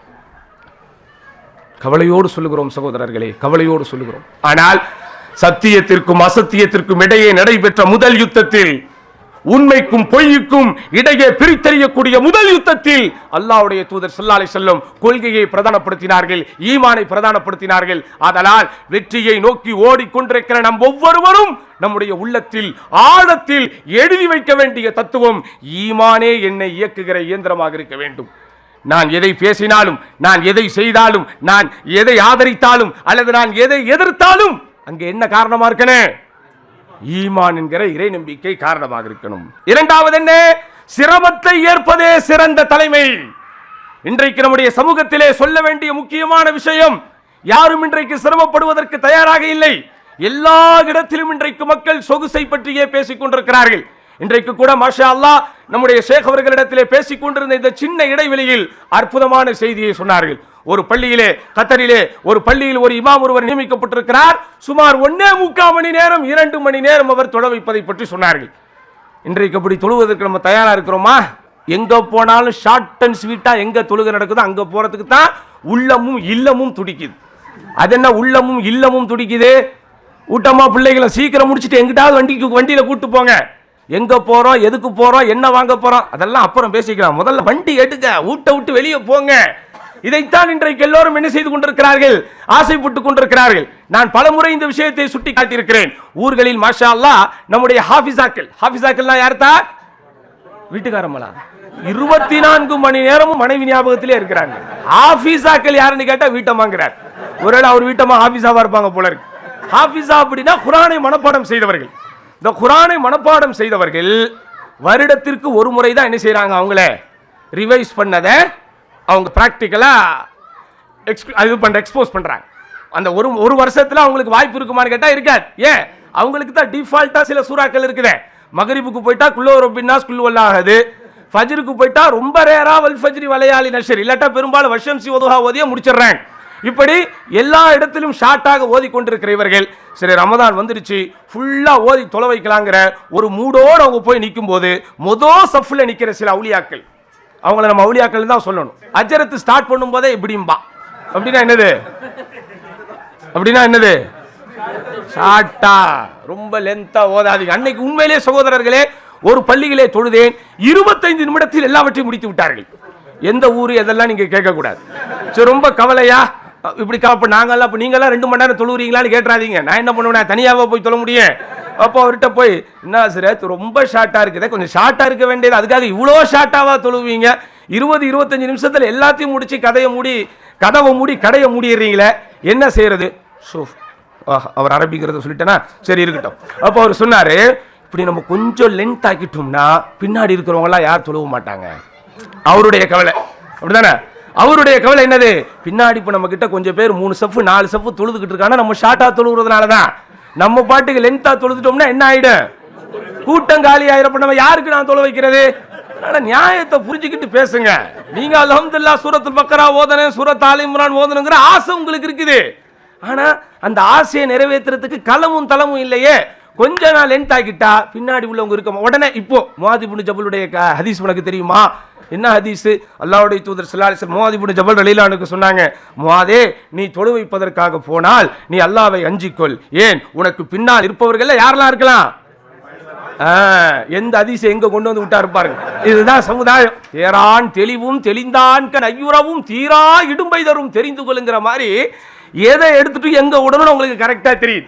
இப்படி சகோதரர்களே, நீங்கள் நன்றாக சிந்தித்து பார்த்தால் சிரமத்தை ஏற்பதற்கு இன்றைக்கு யாருக்குமே தயாரில்லை. சமீபத்திலே நீங்கள் எல்லாம் கேள்விப்பட்டிருப்பீர்கள், உலகத்தில் உள்ள ஒட்டுமொத்த மக்களையும் உலுக்கிய ஒரு விஷயம் எது? என்ன ஃபைல்ஸ்? Epstein files. அஸ்தக்ஃபிருல்லாஹ் அல்-அஸீம். இந்த புனிதமான இரவில் அந்த புழுக்கத்தை குறித்து நான் பேசக்கூடாது என்றுதான் நினைத்தேன். ஆனாலும் என்னால் அடக்க முடியவில்லை சகோதரர்களே. இந்த கொடூரமான காரியத்திலே ஈடுபட்ட அந்த கொடூரக்காரர்கள் யார்? அது வார்த்தைகளால் சொல்ல முடியாத அளவிற்கு இப்படியும் இவர்களால் வாழ முடியுமா, இப்படியும் இந்த மனித கிருமிகளால் யோசிக்க முடியுமா என்கிற அளவிற்கு சின்னஞ்சிறு குழந்தைகளுடைய வாழ்க்கையை சீரழித்த, சின்னஞ்சிறு குழந்தைகளை பீராண்டிய அந்த கொடுங்கோலர்கள் எல்லாம் யார்? உலகத்தில் கஷ்டப்படாதவர்கள், சொகுசை மட்டுமே அனுபவித்துக் கொண்டிருப்பவர்கள். நான் உல்லாசம் உற்சாகம் என்று ஆரம்பத்தில் சொன்னேனே, வாழ்க்கையின் ஒரு பகுதியாக அது வருவதிலே தவறில்லை. ஆனால் வாழ்க்கையே உல்லாசமாக உற்சாகமாக மாறிவிட்டால் இப்படித்தான் சகோதரர்களே போகும். அதனால் தான் இஸ்லாம் நம்மை சிரமப்பட வைக்கிறது. அல்லாஹ் அர்-ரஹ்மான் தானே, அளவற்ற அருளாளன் தானே, நிகரில்லா அன்புடையோன் தானே. ஆனால் உலகத்தில் இருக்கிற மக்கள் எல்லாம் உறக்கத்தின் உச்சியில் இருக்கும் போது அஸ்ஸலாத்து கைரும் மினன் நௌம், தூக்கத்தை விட தொழுகையே மேலானது என்று சொல்லி அதிகாலையில் 3:30 மணிக்கு, அதிகாலையில் 4 மணிக்கு நம்மை எழும்ப வைத்து ஏன் இஸ்லாம் பள்ளிக்கு செல்ல சொல்கிறது? ஏன் தொழுகைக்கு செல்ல சொல்கிறது? இஸ்லாம் இயற்கையான மார்க்கம் தான், இஸ்லாம் இயல்பான மார்க்கம் தான், இஸ்லாம் எளிமையான மார்க்கம் தான். ஆனாலும் நோன்பு மாதம் வந்துவிட்டால் பருவமடைந்த ஒவ்வொரு ஆணும், பருவமடைந்த ஒவ்வொரு பெண்ணும் அதிகாலை ஆரம்பித்து அந்தி மாலை வரை உண்ணாமல் பருகாமல் உடலிச்சையை தணிக்காமல் 12 மணி நேரம் அல்லது 13-14 மணி நேரம் நீ பட்டினி கிடந்துதான் ஆக வேண்டும் என்று ஏன் சிரமப்பட சொல்லுகிறது என்றால், கொஞ்சம் சிரமப்பட்டாதான் இயல்பான வாழ்க்கையில் நம்ம இருப்போம். சிரமமே படாம, கஷ்டமே படாம, முழுக்க முழுக்க உல்லாசத்திலும் உற்சாகத்திலும் ஊறி திளைப்பவர்களுடைய சிந்தனைகள் அப்படித்தான் போகும் சகோதரர்களே. நம்மை போன்ற சாமானியர்கள் ஆட்டுக்கறியை கொண்டு போதுமாக்கிக் கொள்வோம், அல்லது மாட்டுக்கறியை கொண்டு போதுமாக்கிக் கொள்வோம், அல்லது அல்லாஹ் ஹலாலாக்கிய இன்ன பிற இறைச்சிகளை கொண்டு போதுமாக்கிக் கொள்வோம். ஆனால் இந்த கயவர்கள், இந்த கிருமிகள், இந்த கொடூரர்கள், இந்த சாக்கடைகள் இளம் குழந்தைகளுடைய இறைச்சியை கூட தேடுவார்கள் சகோதரர்களே. இளம் குழந்தைகளின் இறைச்சிகளை தேடுவார்கள். உங்க யாரு? அந்த ஃபைல்ல ஈடுபட்டவர்கள் எல்லாம் யார்? பெரும் பெரும் செல்வந்தர்கள், மிகப்பெரிய ஆளுமைகள் என்று அறியப்பட்டவர்கள், ஆகச்சிறந்த ஆளுமைகள் என்று விருதுகள் கொடுக்கப்பட்டவர்கள், விஞ்ஞானிகள் கூட அதிலே இருக்கிறார்களாம், அறிவியல் ஆய்வாளர்கள் அதிலே இருக்கிறார்களாம், பெரும் பெரும் நாட்டினுடைய அதிபர்கள் அதிலே இருக்கிறார்களாம். நஊது பில்லாஹ். அப்போ சிரமத்தை ஏற்கக்கூடிய மனப்பக்குவத்தோடு நாம் இருக்க வேண்டும். ரசூலுல்லாஹி ஸல்லல்லாஹு அலைஹி வஸல்லம் சிரமத்தை ஏற்றார்கள். அந்த சமூகத்தை வழிநடத்துவதற்கு சிரமத்தை ஏற்றார்கள். இன்னபிற தலைவர்களை போல் அல்லாஹ்வின் தூதர் ஸல்லல்லாஹு அலைஹி வஸல்லம் அவர்கள் பாதுகாப்பான ஒரு வளையத்திற்குள் இருந்து கொண்டு தன்னுடைய தோழர்களுக்கு மட்டும் அவர்கள் கட்டளையிட்டிருக்கலாம், தன்னுடைய தோழர்களை மட்டும் அவர்கள் சிரமத்திலே ஈடுபடும்படி செய்திருக்கலாம். ஆனால் அப்படி இல்லாமல் ரசூலுல்லாஹி ஸல்லல்லாஹு அலைஹி வஸல்லம் அவர்கள் தாமும் சேர்ந்து சிரமப்பட்டார்கள். உங்களுக்கு தெரியும், வரலாற்றை படித்திருப்பீர்கள். இந்த பத்ர் யுத்தத்திலே தோழர்கள் புறப்பட்டு செல்லும் போது அவர்கள் எதிர்கொண்ட சவால்களிலேயே மிகப்பெரிய சவால் என்ன தெரியுமா சகோதரர்களே? அந்த பத்ர் என்கிற இடத்தை அடைவதற்குண்டான வாகன வசதிகள் அவர்களிடத்திலே இல்லை. எல்லாரிடத்திலும் ஒட்டகங்களும் குதிரைகளும் இல்லை. மிக மிக மிக சொற்பமான எண்ணிக்கையில் தான் குதிரைகளும் ஒட்டகங்களும் இருந்தன. அதனால் ரசூலுல்லாஹி ஸல்லல்லாஹு அலைஹி வஸல்லம் அவர்கள் என்ன கட்டளையிட்டார்கள் தெரியுமா? ஒவ்வொரு வாகனத்திலும் 3 பேர் சேர வேண்டும், 3 பேர் ஏறி பயணிக்க வேண்டும் என்றார்கள். ஒரே நேரத்தில் 3 பேர் ஒரு ஒட்டகத்தில் ஏற முடியுமா? ஒரே நேரத்தில் 3 பேர் ஒரு குதிரையில் ஏற முடியுமா? அப்ப அவர்களுக்குள் என்ன இருக்கும்? மாத்தி மாத்தி 2 பேர் அப்படி ஏறுவாங்க, அல்லது ஒருத்தர் ஏறுவாங்க, 2 பேர் நடந்து வரணும், அடுத்து 2 பேர் ஏறுவாங்க, இன்னொருத்தர் நடந்து வரணும். இப்படி ரசூலுல்லாஹி ஸல்லல்லாஹு அலைஹி வஸல்லம் அவர்கள் 3 பேரோடு போகிறார்கள். ஒரு ஒட்டகத்திலே 3 பேர் போகும்போது அபூ லுபாபா ரதியல்லாஹு அன்ஹு, அலி இப்னு அபி தாலிப் ரதியல்லாஹு அன்ஹு, அன்னலம் பெருமானார் ஸல்லல்லாஹு அலைஹி வஸல்லம் ஆகிய இந்த மூவருக்கும் ஒரு ஒட்டகம் ஒதுக்கப்பட்டது. அல்லாஹ்வின் தூதர் தானே, ஆகச் சிறந்த ஆளுமை தானே, மிகப்பெரிய அரசர் தானே, எல்லோருக்கும் அதிபர் தானே, அகிலத்தின் அருட்கொடை தானே. அல்லாஹ்வின் தூதருக்கு தனி ஒரு ஒட்டகம் கொடுக்கப்பட்டால் அங்கே யாராவது தடுக்கவா போகிறார்கள்? யாராவது அதை தவிர்க்க வேண்டும் என்று சொல்லவா போகிறார்கள்? எங்கள் உயிர், எங்கள் உரம், எங்கள் உதிரம் அனைத்தையும் உங்களுக்காக தருகிறோம் என்று இருந்த கூட்டத்தை வைத்துக் கொண்டிருந்தாலும் ரசூலுல்லாஹி ஸல்லல்லாஹு அலைஹி வஸல்லம் அவர்கள் நீதியை கடைபிடித்தார். எல்லோருக்கும் என்னவோ அதுதான் எனக்கும் என்கிற தத்துவத்தை பிரதிபலிக்கிற விதத்திலே மூவர் கூட்டணி அந்த ஒட்டகத்தை தேர்ந்தெடுக்கிறார். அல்லாஹ்வின் தூதர் ஸல்லல்லாஹு அலைஹி வஸல்லம் கொஞ்ச நேரம் அதிலே ஏறி வந்து கொண்டே இருக்கிறார்கள்.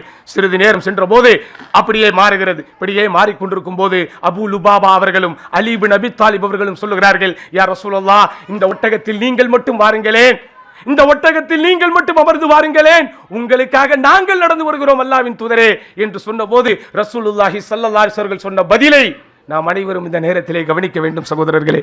ரசூலுல்லாஹ் சொன்னார்கள், மா அன்துமா பி அக்வா மின்னி, மா அன்துமா பி அக்வா மின்னி, நீங்கள் இருவரும் என்னை விட பெரும் பலசாலிகளும் இல்ல, வமா அன பி அக்னா அனில் அஜ்ரி மின்குமா, உங்களை விட கூலியை பெறுவதில் தேவையில்லாதவனாக நானும் இல்லை அப்படிங்கிறாங்க.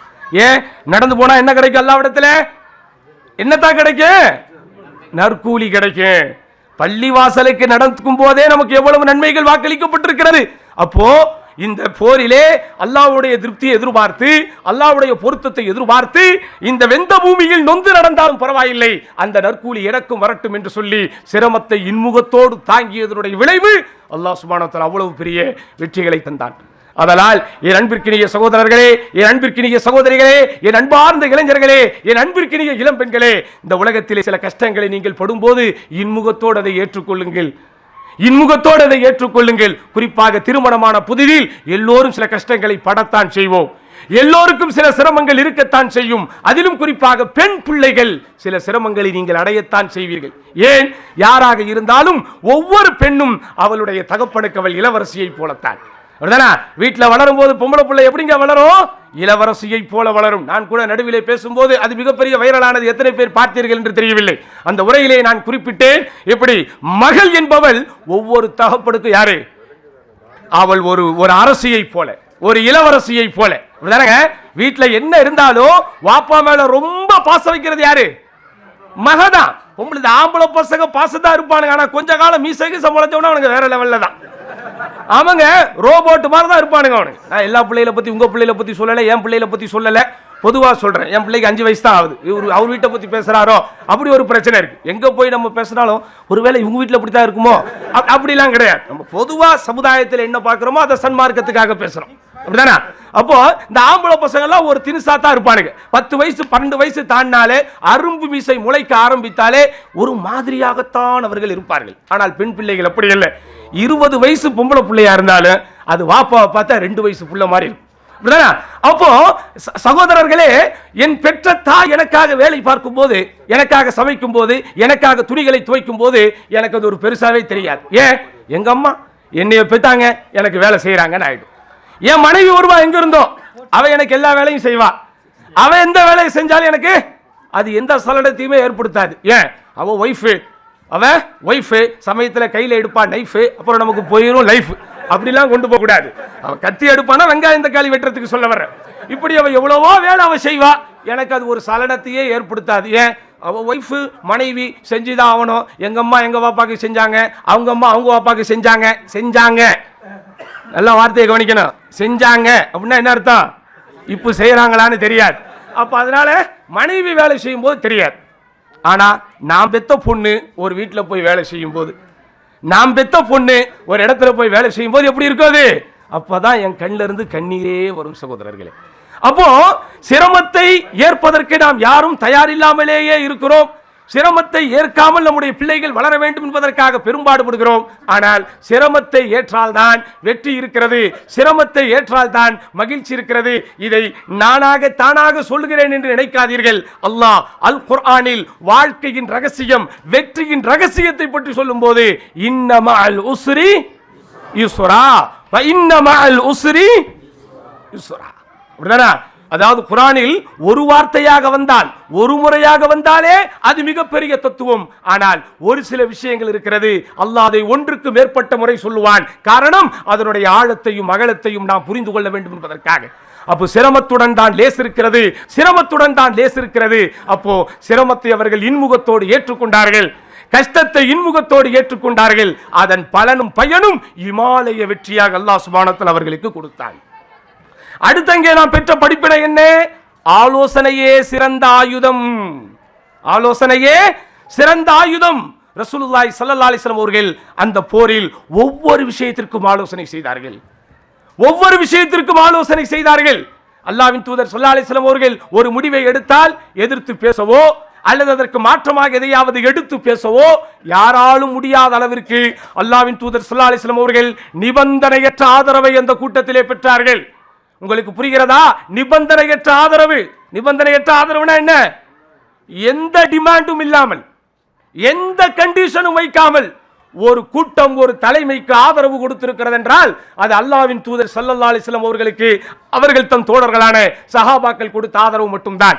அப்படிப்பட்ட நிபந்தனையற்ற ஒரு ஆதரவு கொடுத்த ஒரு கூட்டத்தை அல்லாஹ்வின் தூதர் தன்னகத்தே கொண்டிருந்தாலும், ரசூலுல்லாஹி ஸல்லல்லாஹு அலைஹி வஸல்லம் அவர்களுக்காக வாடையிலும் கோடையிலும் இன்னுயிரை கூட தருவதற்கு தயாரான ஒரு கூட்டத்தை வைத்திருந்தாலும் கூட ரசூலுல்லாஹி ஸல்லல்லாஹு அலைஹி வஸல்லம் தன்னிச்சையாக முடிவெடுக்காமல் ஒவ்வொரு இடத்திலும் தேவைப்படக்கூடிய இடத்தில் அல்லாஹ்வின் தூதர் ஸல்லல்லாஹு அலைஹி வஸல்லம் ஆலோசனை மஷூரா செய்கிறார்கள். குறிப்பாக தோழர்களில் வந்த பெரும்பான்மையானவர்கள் அல்லாஹ் குர்ஆனில் சொல்லி காட்டுவதை போல தவதூன கைரதாத்தி ஷௌகா, ஆயுதம் ஏந்தாத ஒரு கூட்டத்தை சந்திக்க வேண்டும் என்றுதான் நீங்கள் ஆசைப்பட்டீர்கள் என்கிறான். காரணம், அபூ சுஃபியானுடைய கூட்டத்தை இவர்கள் சந்திக்க வேண்டும் என்றால் அங்கே பெரிய அளவு ஆயுதம் பேசி இருக்கார். போக போறாங்க, அவங்க வழிமறித்து இடைமறித்து தங்களுக்குரியதை எடுத்துக்கொள்ள போகிறார்கள். ஆனால் அங்கே விதி மாறிவிட்டது. எதிரிகளை ஆயுதம் கொண்ட கூட்டத்தை அங்கே சந்திக்க வேண்டும் என்கிற சூழ்நிலை வரப்போகிறது.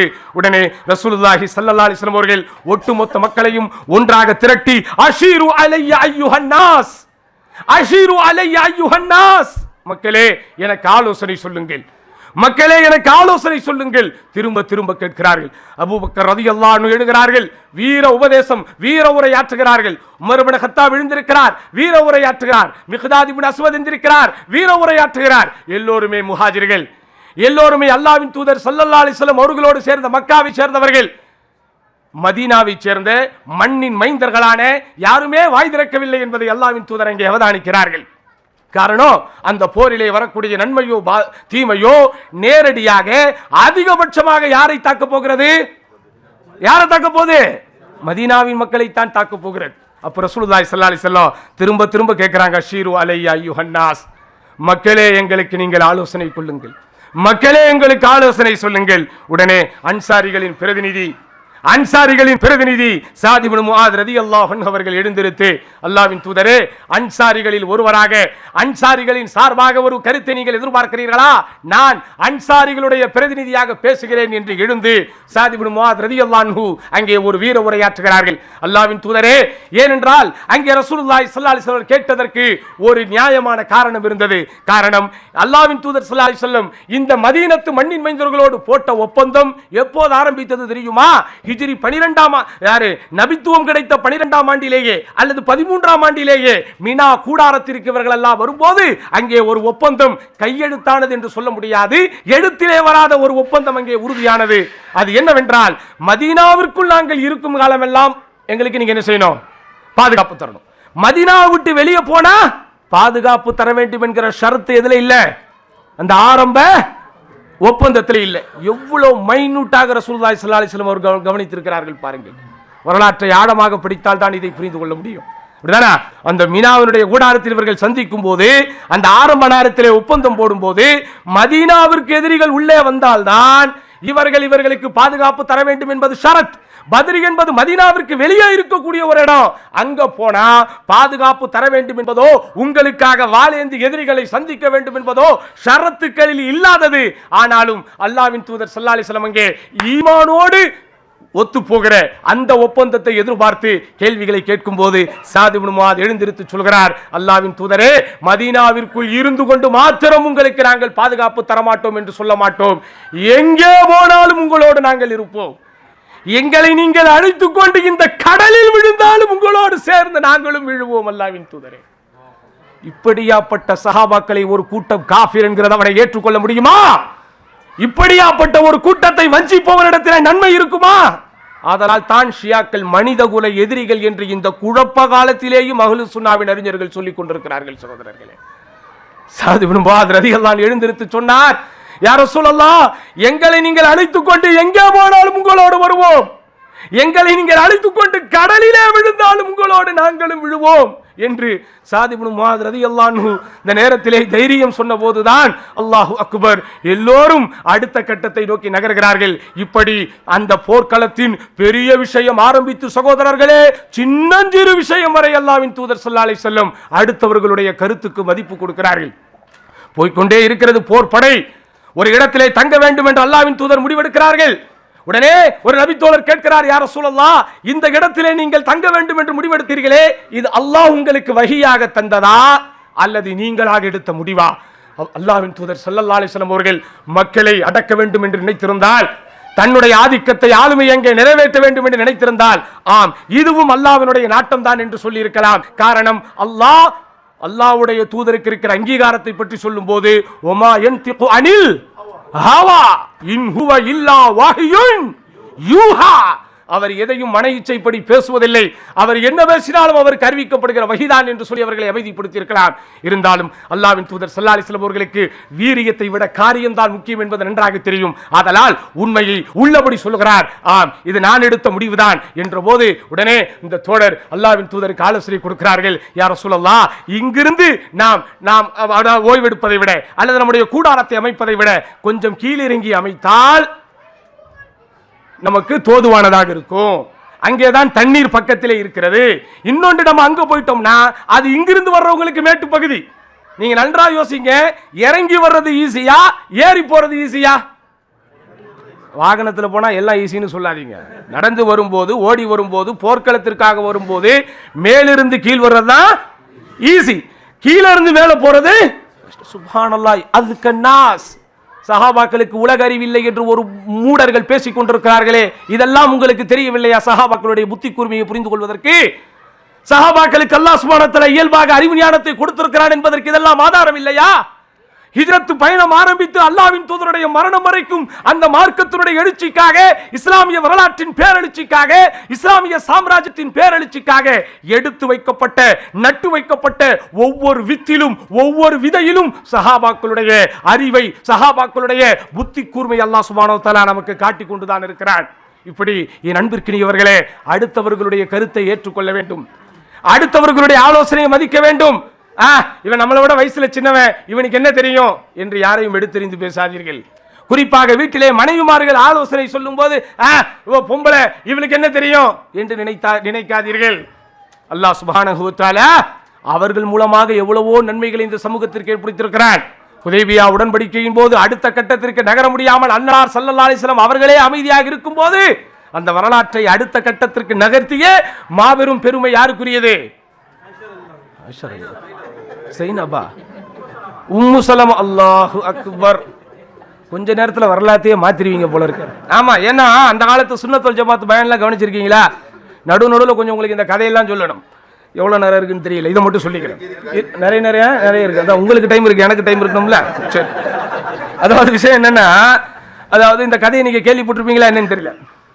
ரசூல் ஸல்லல்லாஹு அலைஹி வஸல்லம் அவர்கள் சொல்லவே இல்லை, இப்படி சொன்னதா கதை. ஷாவிரூஹுன்ன காலிஃபூஹுன்ன அப்படின்னா என்னது? பெண்களிடத்தில் ஆலோசனை கேளுங்கள், ஆனால் அவர்கள் என்ன சொல்லுகிறார்களோ அதற்கு மாற்றம் செய்யுங்கள். ரசூலுல்லாஹ் சொல்லலங்க. இந்த கட் பண்ணி ஒட்டி பேஸ்ட் போடுறவங்க எல்லாம் கொஞ்சம் கவனமா போடுங்க. இப்படி பேசிட்டாங்க இந்த தாவா சென்டர்ல. இது ரசூலுல்லாஹ் சொன்னதா சொல்லப்பட்ட ஒரு அவதூறு செய்தி.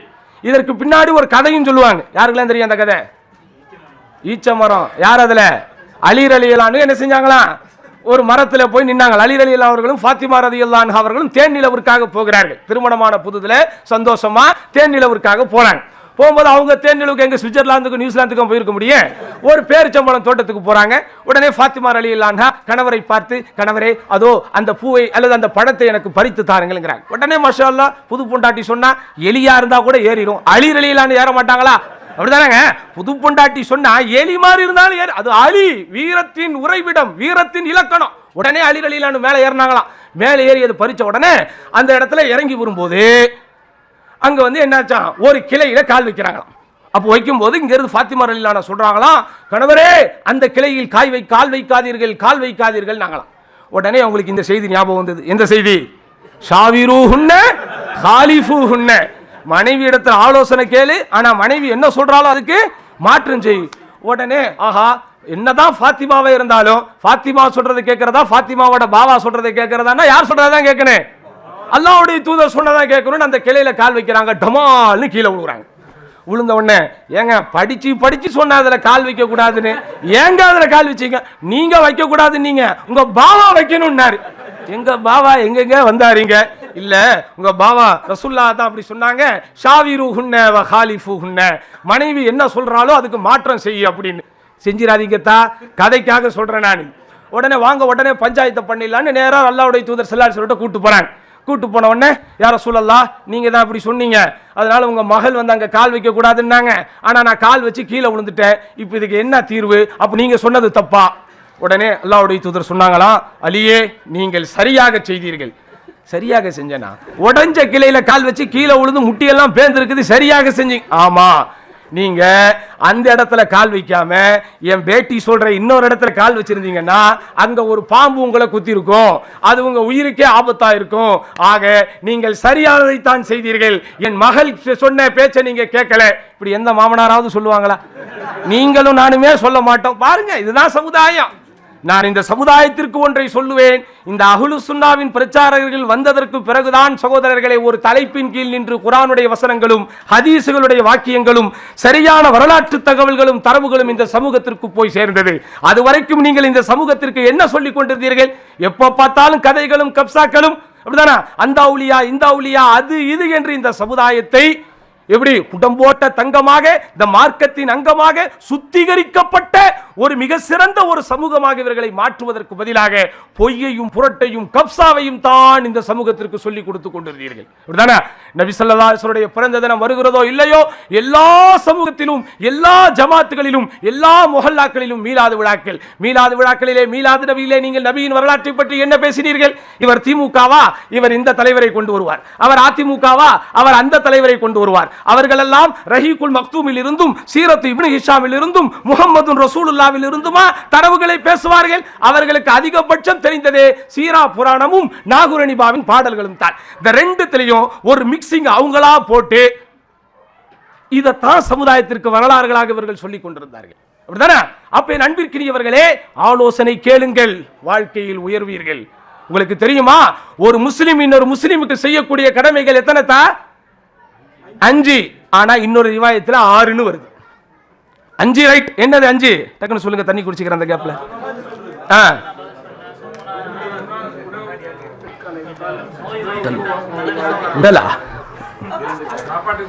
சாப்பாட்டுக்கு கூப்பிட்டா போகணும். சூப்பரா உருவாக்கி வச்சிருக்கீங்க மக்களை. சாப்பாட்டுக்கு கூப்பிட்டா போகணும். வேற நோய்வாய்ப்பட்டா சந்திக்கணும். வேற ஜனாசாவை பின்தொடரணும். இதோட சேர்த்து அல்லாஹ்வுடைய தூதர் சொன்னாங்க, இதஸ்தன் சஹகா ஃபன்சஹ்லஹு. உன்னிடத்தில் அவன் ஆலோசனை கேட்டால் ஆலோசனை சொல்லுங்க. நல்ல வேற கெட்ட ஆலோசனையா கேட்ப சமுதாயம் கெட்ட ஆலோசனையா கேட்க போறவங்க கிட்ட ஏங்க நல்ல ஆலோசனை தாங்க கேட்பேன். இன்னும் சொன்னாங்க ரசூலுல்லாஹ் முஸ்தஷார் மூத்தமன்னாங்க. ஆலோசனை சொல்வது, ஆலோசனை கேட்பது, ஆலோசனை கேட்கப்படுகின்ற செய்தி, ஆலோசனை கேட்கப்படுகின்ற இடம் எல்லாத்தையும் உள்ளடக்கி மூத்தமன். மூத்தமன்னா என்னது? அது அமானிதமாக இருக்க வேண்டும் சொன்னாங்க. ஆனா நம்ம இங்க சொல்லிட்டு இங்க திரும்புறதுக்குள்ள எல்லாருக்கும் போயிடுது. ஒரு விஷயம் எல்லாத்துக்கும் தெரியணும்னா நீங்க ஒண்ணே தான் செய்யணும். என்னது? யார்ட்டையும் சொல்லாதீங்க, மனசுக்குள்ள வச்சுக்கங்கன்னு சொன்னா போதும். ஒரு விஷயம் எல்லாருக்கும் போய் ஒண்ணும் இல்ல. நான் இந்த ரியாது பூரா என்னை பத்தி ஒரு செய்தி போடணும்னு முடிவு பண்ணா, டக்குன்னு எனக்கு தெரிஞ்ச ஒருத்தரை கூப்பிட்டு, அவரை எல்லாம் சும்மா சொன்னேன், அவரை கூப்பிட்டு, பாய் இந்த செய்தியை உங்களுக்கு மட்டும் சொல்றேன், உங்க மனசுல மட்டும் வச்சுக்கங்கன்னா போதும், எல்லார் மனசுக்கு அது போயிடும். இப்படிதானா? இப்படி சகோதரர்களே இருக்கிறது. அப்ப ஆலோசனை கேட்டால் ஆலோசனை சொல்வது, ஆலோசனை கேட்பது மார்க்கத்தில்.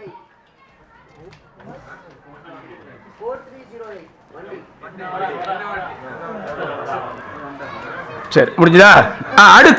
அடுத்து இங்க நமக்கு கிடைக்கக்கூடிய பாடமும் படிப்பினையும் என்ன? சமாதானமே சிறந்தது. என்னதா? ரசூலுல்லாஹி ஸல்லல்லாஹு அலைஹி வஸல்லம் அவர்களும் அவர்கள் தம் தோழர்களும் சகோதரர்களே போருக்காக போனாலும், எதிரிகளை நேருக்கு நேர் சந்திக்க வேண்டும் என்கிற துணிச்சலோடு போனாலும், கடைசி நிமிடம் வரை அல்லாஹ்வின் தூதர் ஸல்லல்லாஹு அலைஹி வஸல்லம் அவர்கள் சமாதானத்திற்காக முயற்சித்தார்கள். இது வரலாற்றிலே பதிவு செய்யப்பட்டிருக்கிறது. குறிப்பாக அல் வாக்கிதி என்கிற வரலாற்று நூலிலே இடம்பெற்றிருக்கிற ஒரு செய்தி. நபிகள் நாயகம் ஸல்லல்லாஹு அலைஹி வஸல்லம் அவர்கள் போர்க்களம் அதனுடைய ஆழத்தை காண்பதற்கு முன்னால், போர்க்களம் தன்னுடைய கொடூர முகத்தை வெளிப்படுத்துவதற்கு முன்னால், போர்க்களம் தன்னுடைய ஆழ்கடலின் அந்த அலைகளை வெளியேற்றுவதற்கு முன்னால் ரசூலுல்லாஹி ஸல்லல்லாஹு அலைஹி வஸல்லம் சமாதானத்தை விரும்பினார்கள். குறிப்பாக அல்லாஹ்வின் தூதர் ஸல்லல்லாஹு அலைஹி வஸல்லம் காலத்திலே அறியாமை காலத்திலும் சிறந்த நபர் என்று அனைவராலும் ஏற்றுக்கொள்ளப்பட்ட சஃபீரு குரைஷ், குறைஷிகளின் தூதுவர், அம்பாசடர் என்று அறியப்பட்ட உமர் இப்னு கத்தாப் ரலியல்லாஹு அவர்களை ரசூலுல்லாஹி ஸல்லல்லாஹு அலைஹி வஸல்லம் பேச்சுவார்த்தைக்கு அனுப்புகிறார்கள். உமர் ரலியல்லாஹு அவங்களுக்கு தான் அந்த பேச்சுவார்த்தைக்கு போவதற்குண்டான கட்ஸ் இருந்தது. ஏனென்றால் பேச்சுவார்த்தைக்காக வரக்கூடிய தூதுவரை கூட எதிரிகள் நினைச்சால் என்ன செஞ்சிடலாம்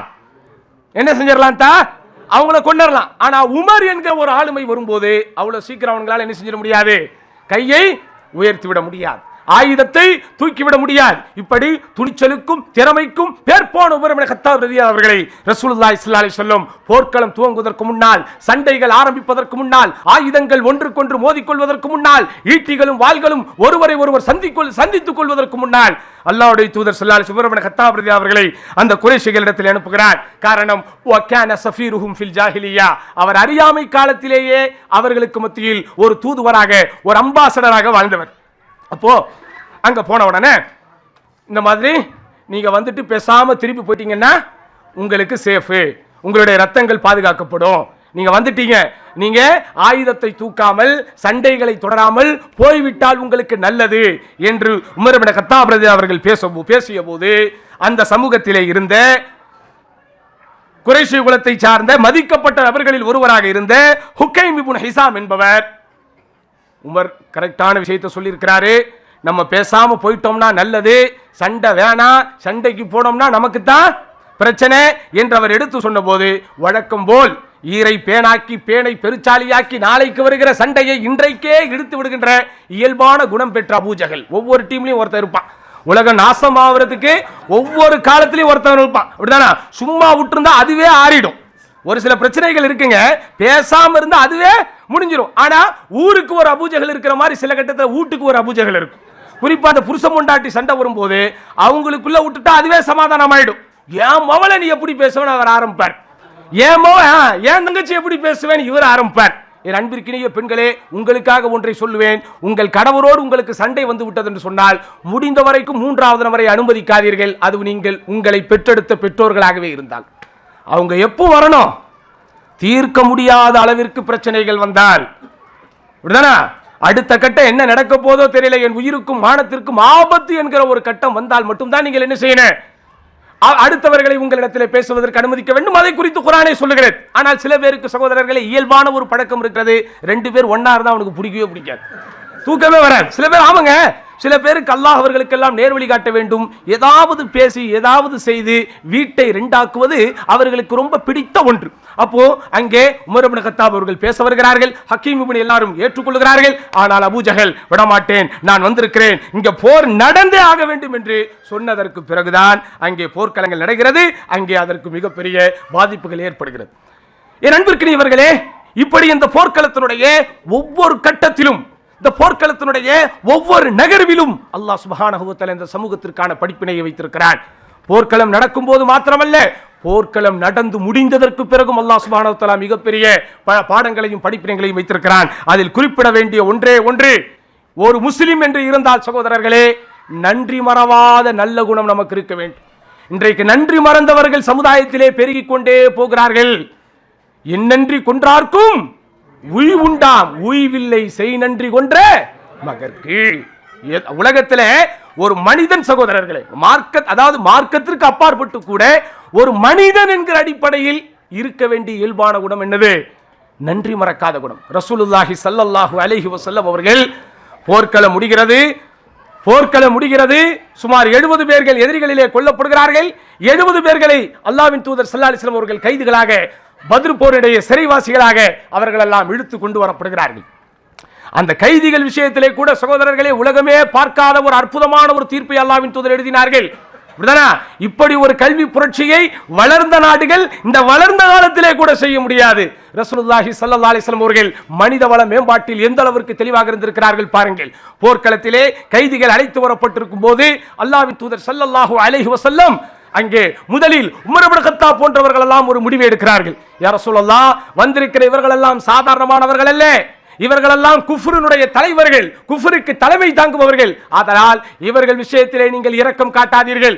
இவர்கள் எல்லாருடைய கதையையும் நாம் முடித்தியாக வேண்டும். அதிலும் கொள்கை உறவு என்பது குருதி உறவை விட மேம்பட்டது என்பதை உலகத்திற்கு உணர்த்தக்கூடிய அடிப்படையில் இதோ எனது மாமா ஒருவர் அங்கே இருக்கிறார், அவரை என் கையில் கொடுங்கள், அவர் தலையை நான் வெட்டுகிறேன்.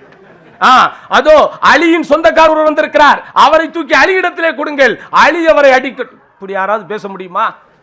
இப்படி யாராவது பேச முடியுமாங்க? ஒரு பிரச்சனை, ஒரு சண்டை சச்சரவுன்னா முதல்ல ஊர்க்காரன், யாரோ சொல்லலாம் எங்க ஊர்காரரு, அவரை மட்டும் விட்டுருங்க. இப்படிதாங்க மனிதர்கள் பேசுவோம், இப்படிதான் பேசுவோம். இதுதான் இயல்பு. அல்லாஹ் காப்பாற்ற வேண்டும். என் அண்ணனோ என் தம்பியோ எதிரி கூட்டத்திலே அகப்பட்டு கொண்டால் நான் என்ன செய்வேன்? என் கடைசி சொட்டு ரத்தம் இருக்கும் வரைக்கும் நான் முயற்சிப்பேன் என் தம்பியை மட்டும் தனியாக தூக்கி கொண்டு வருவதற்கு.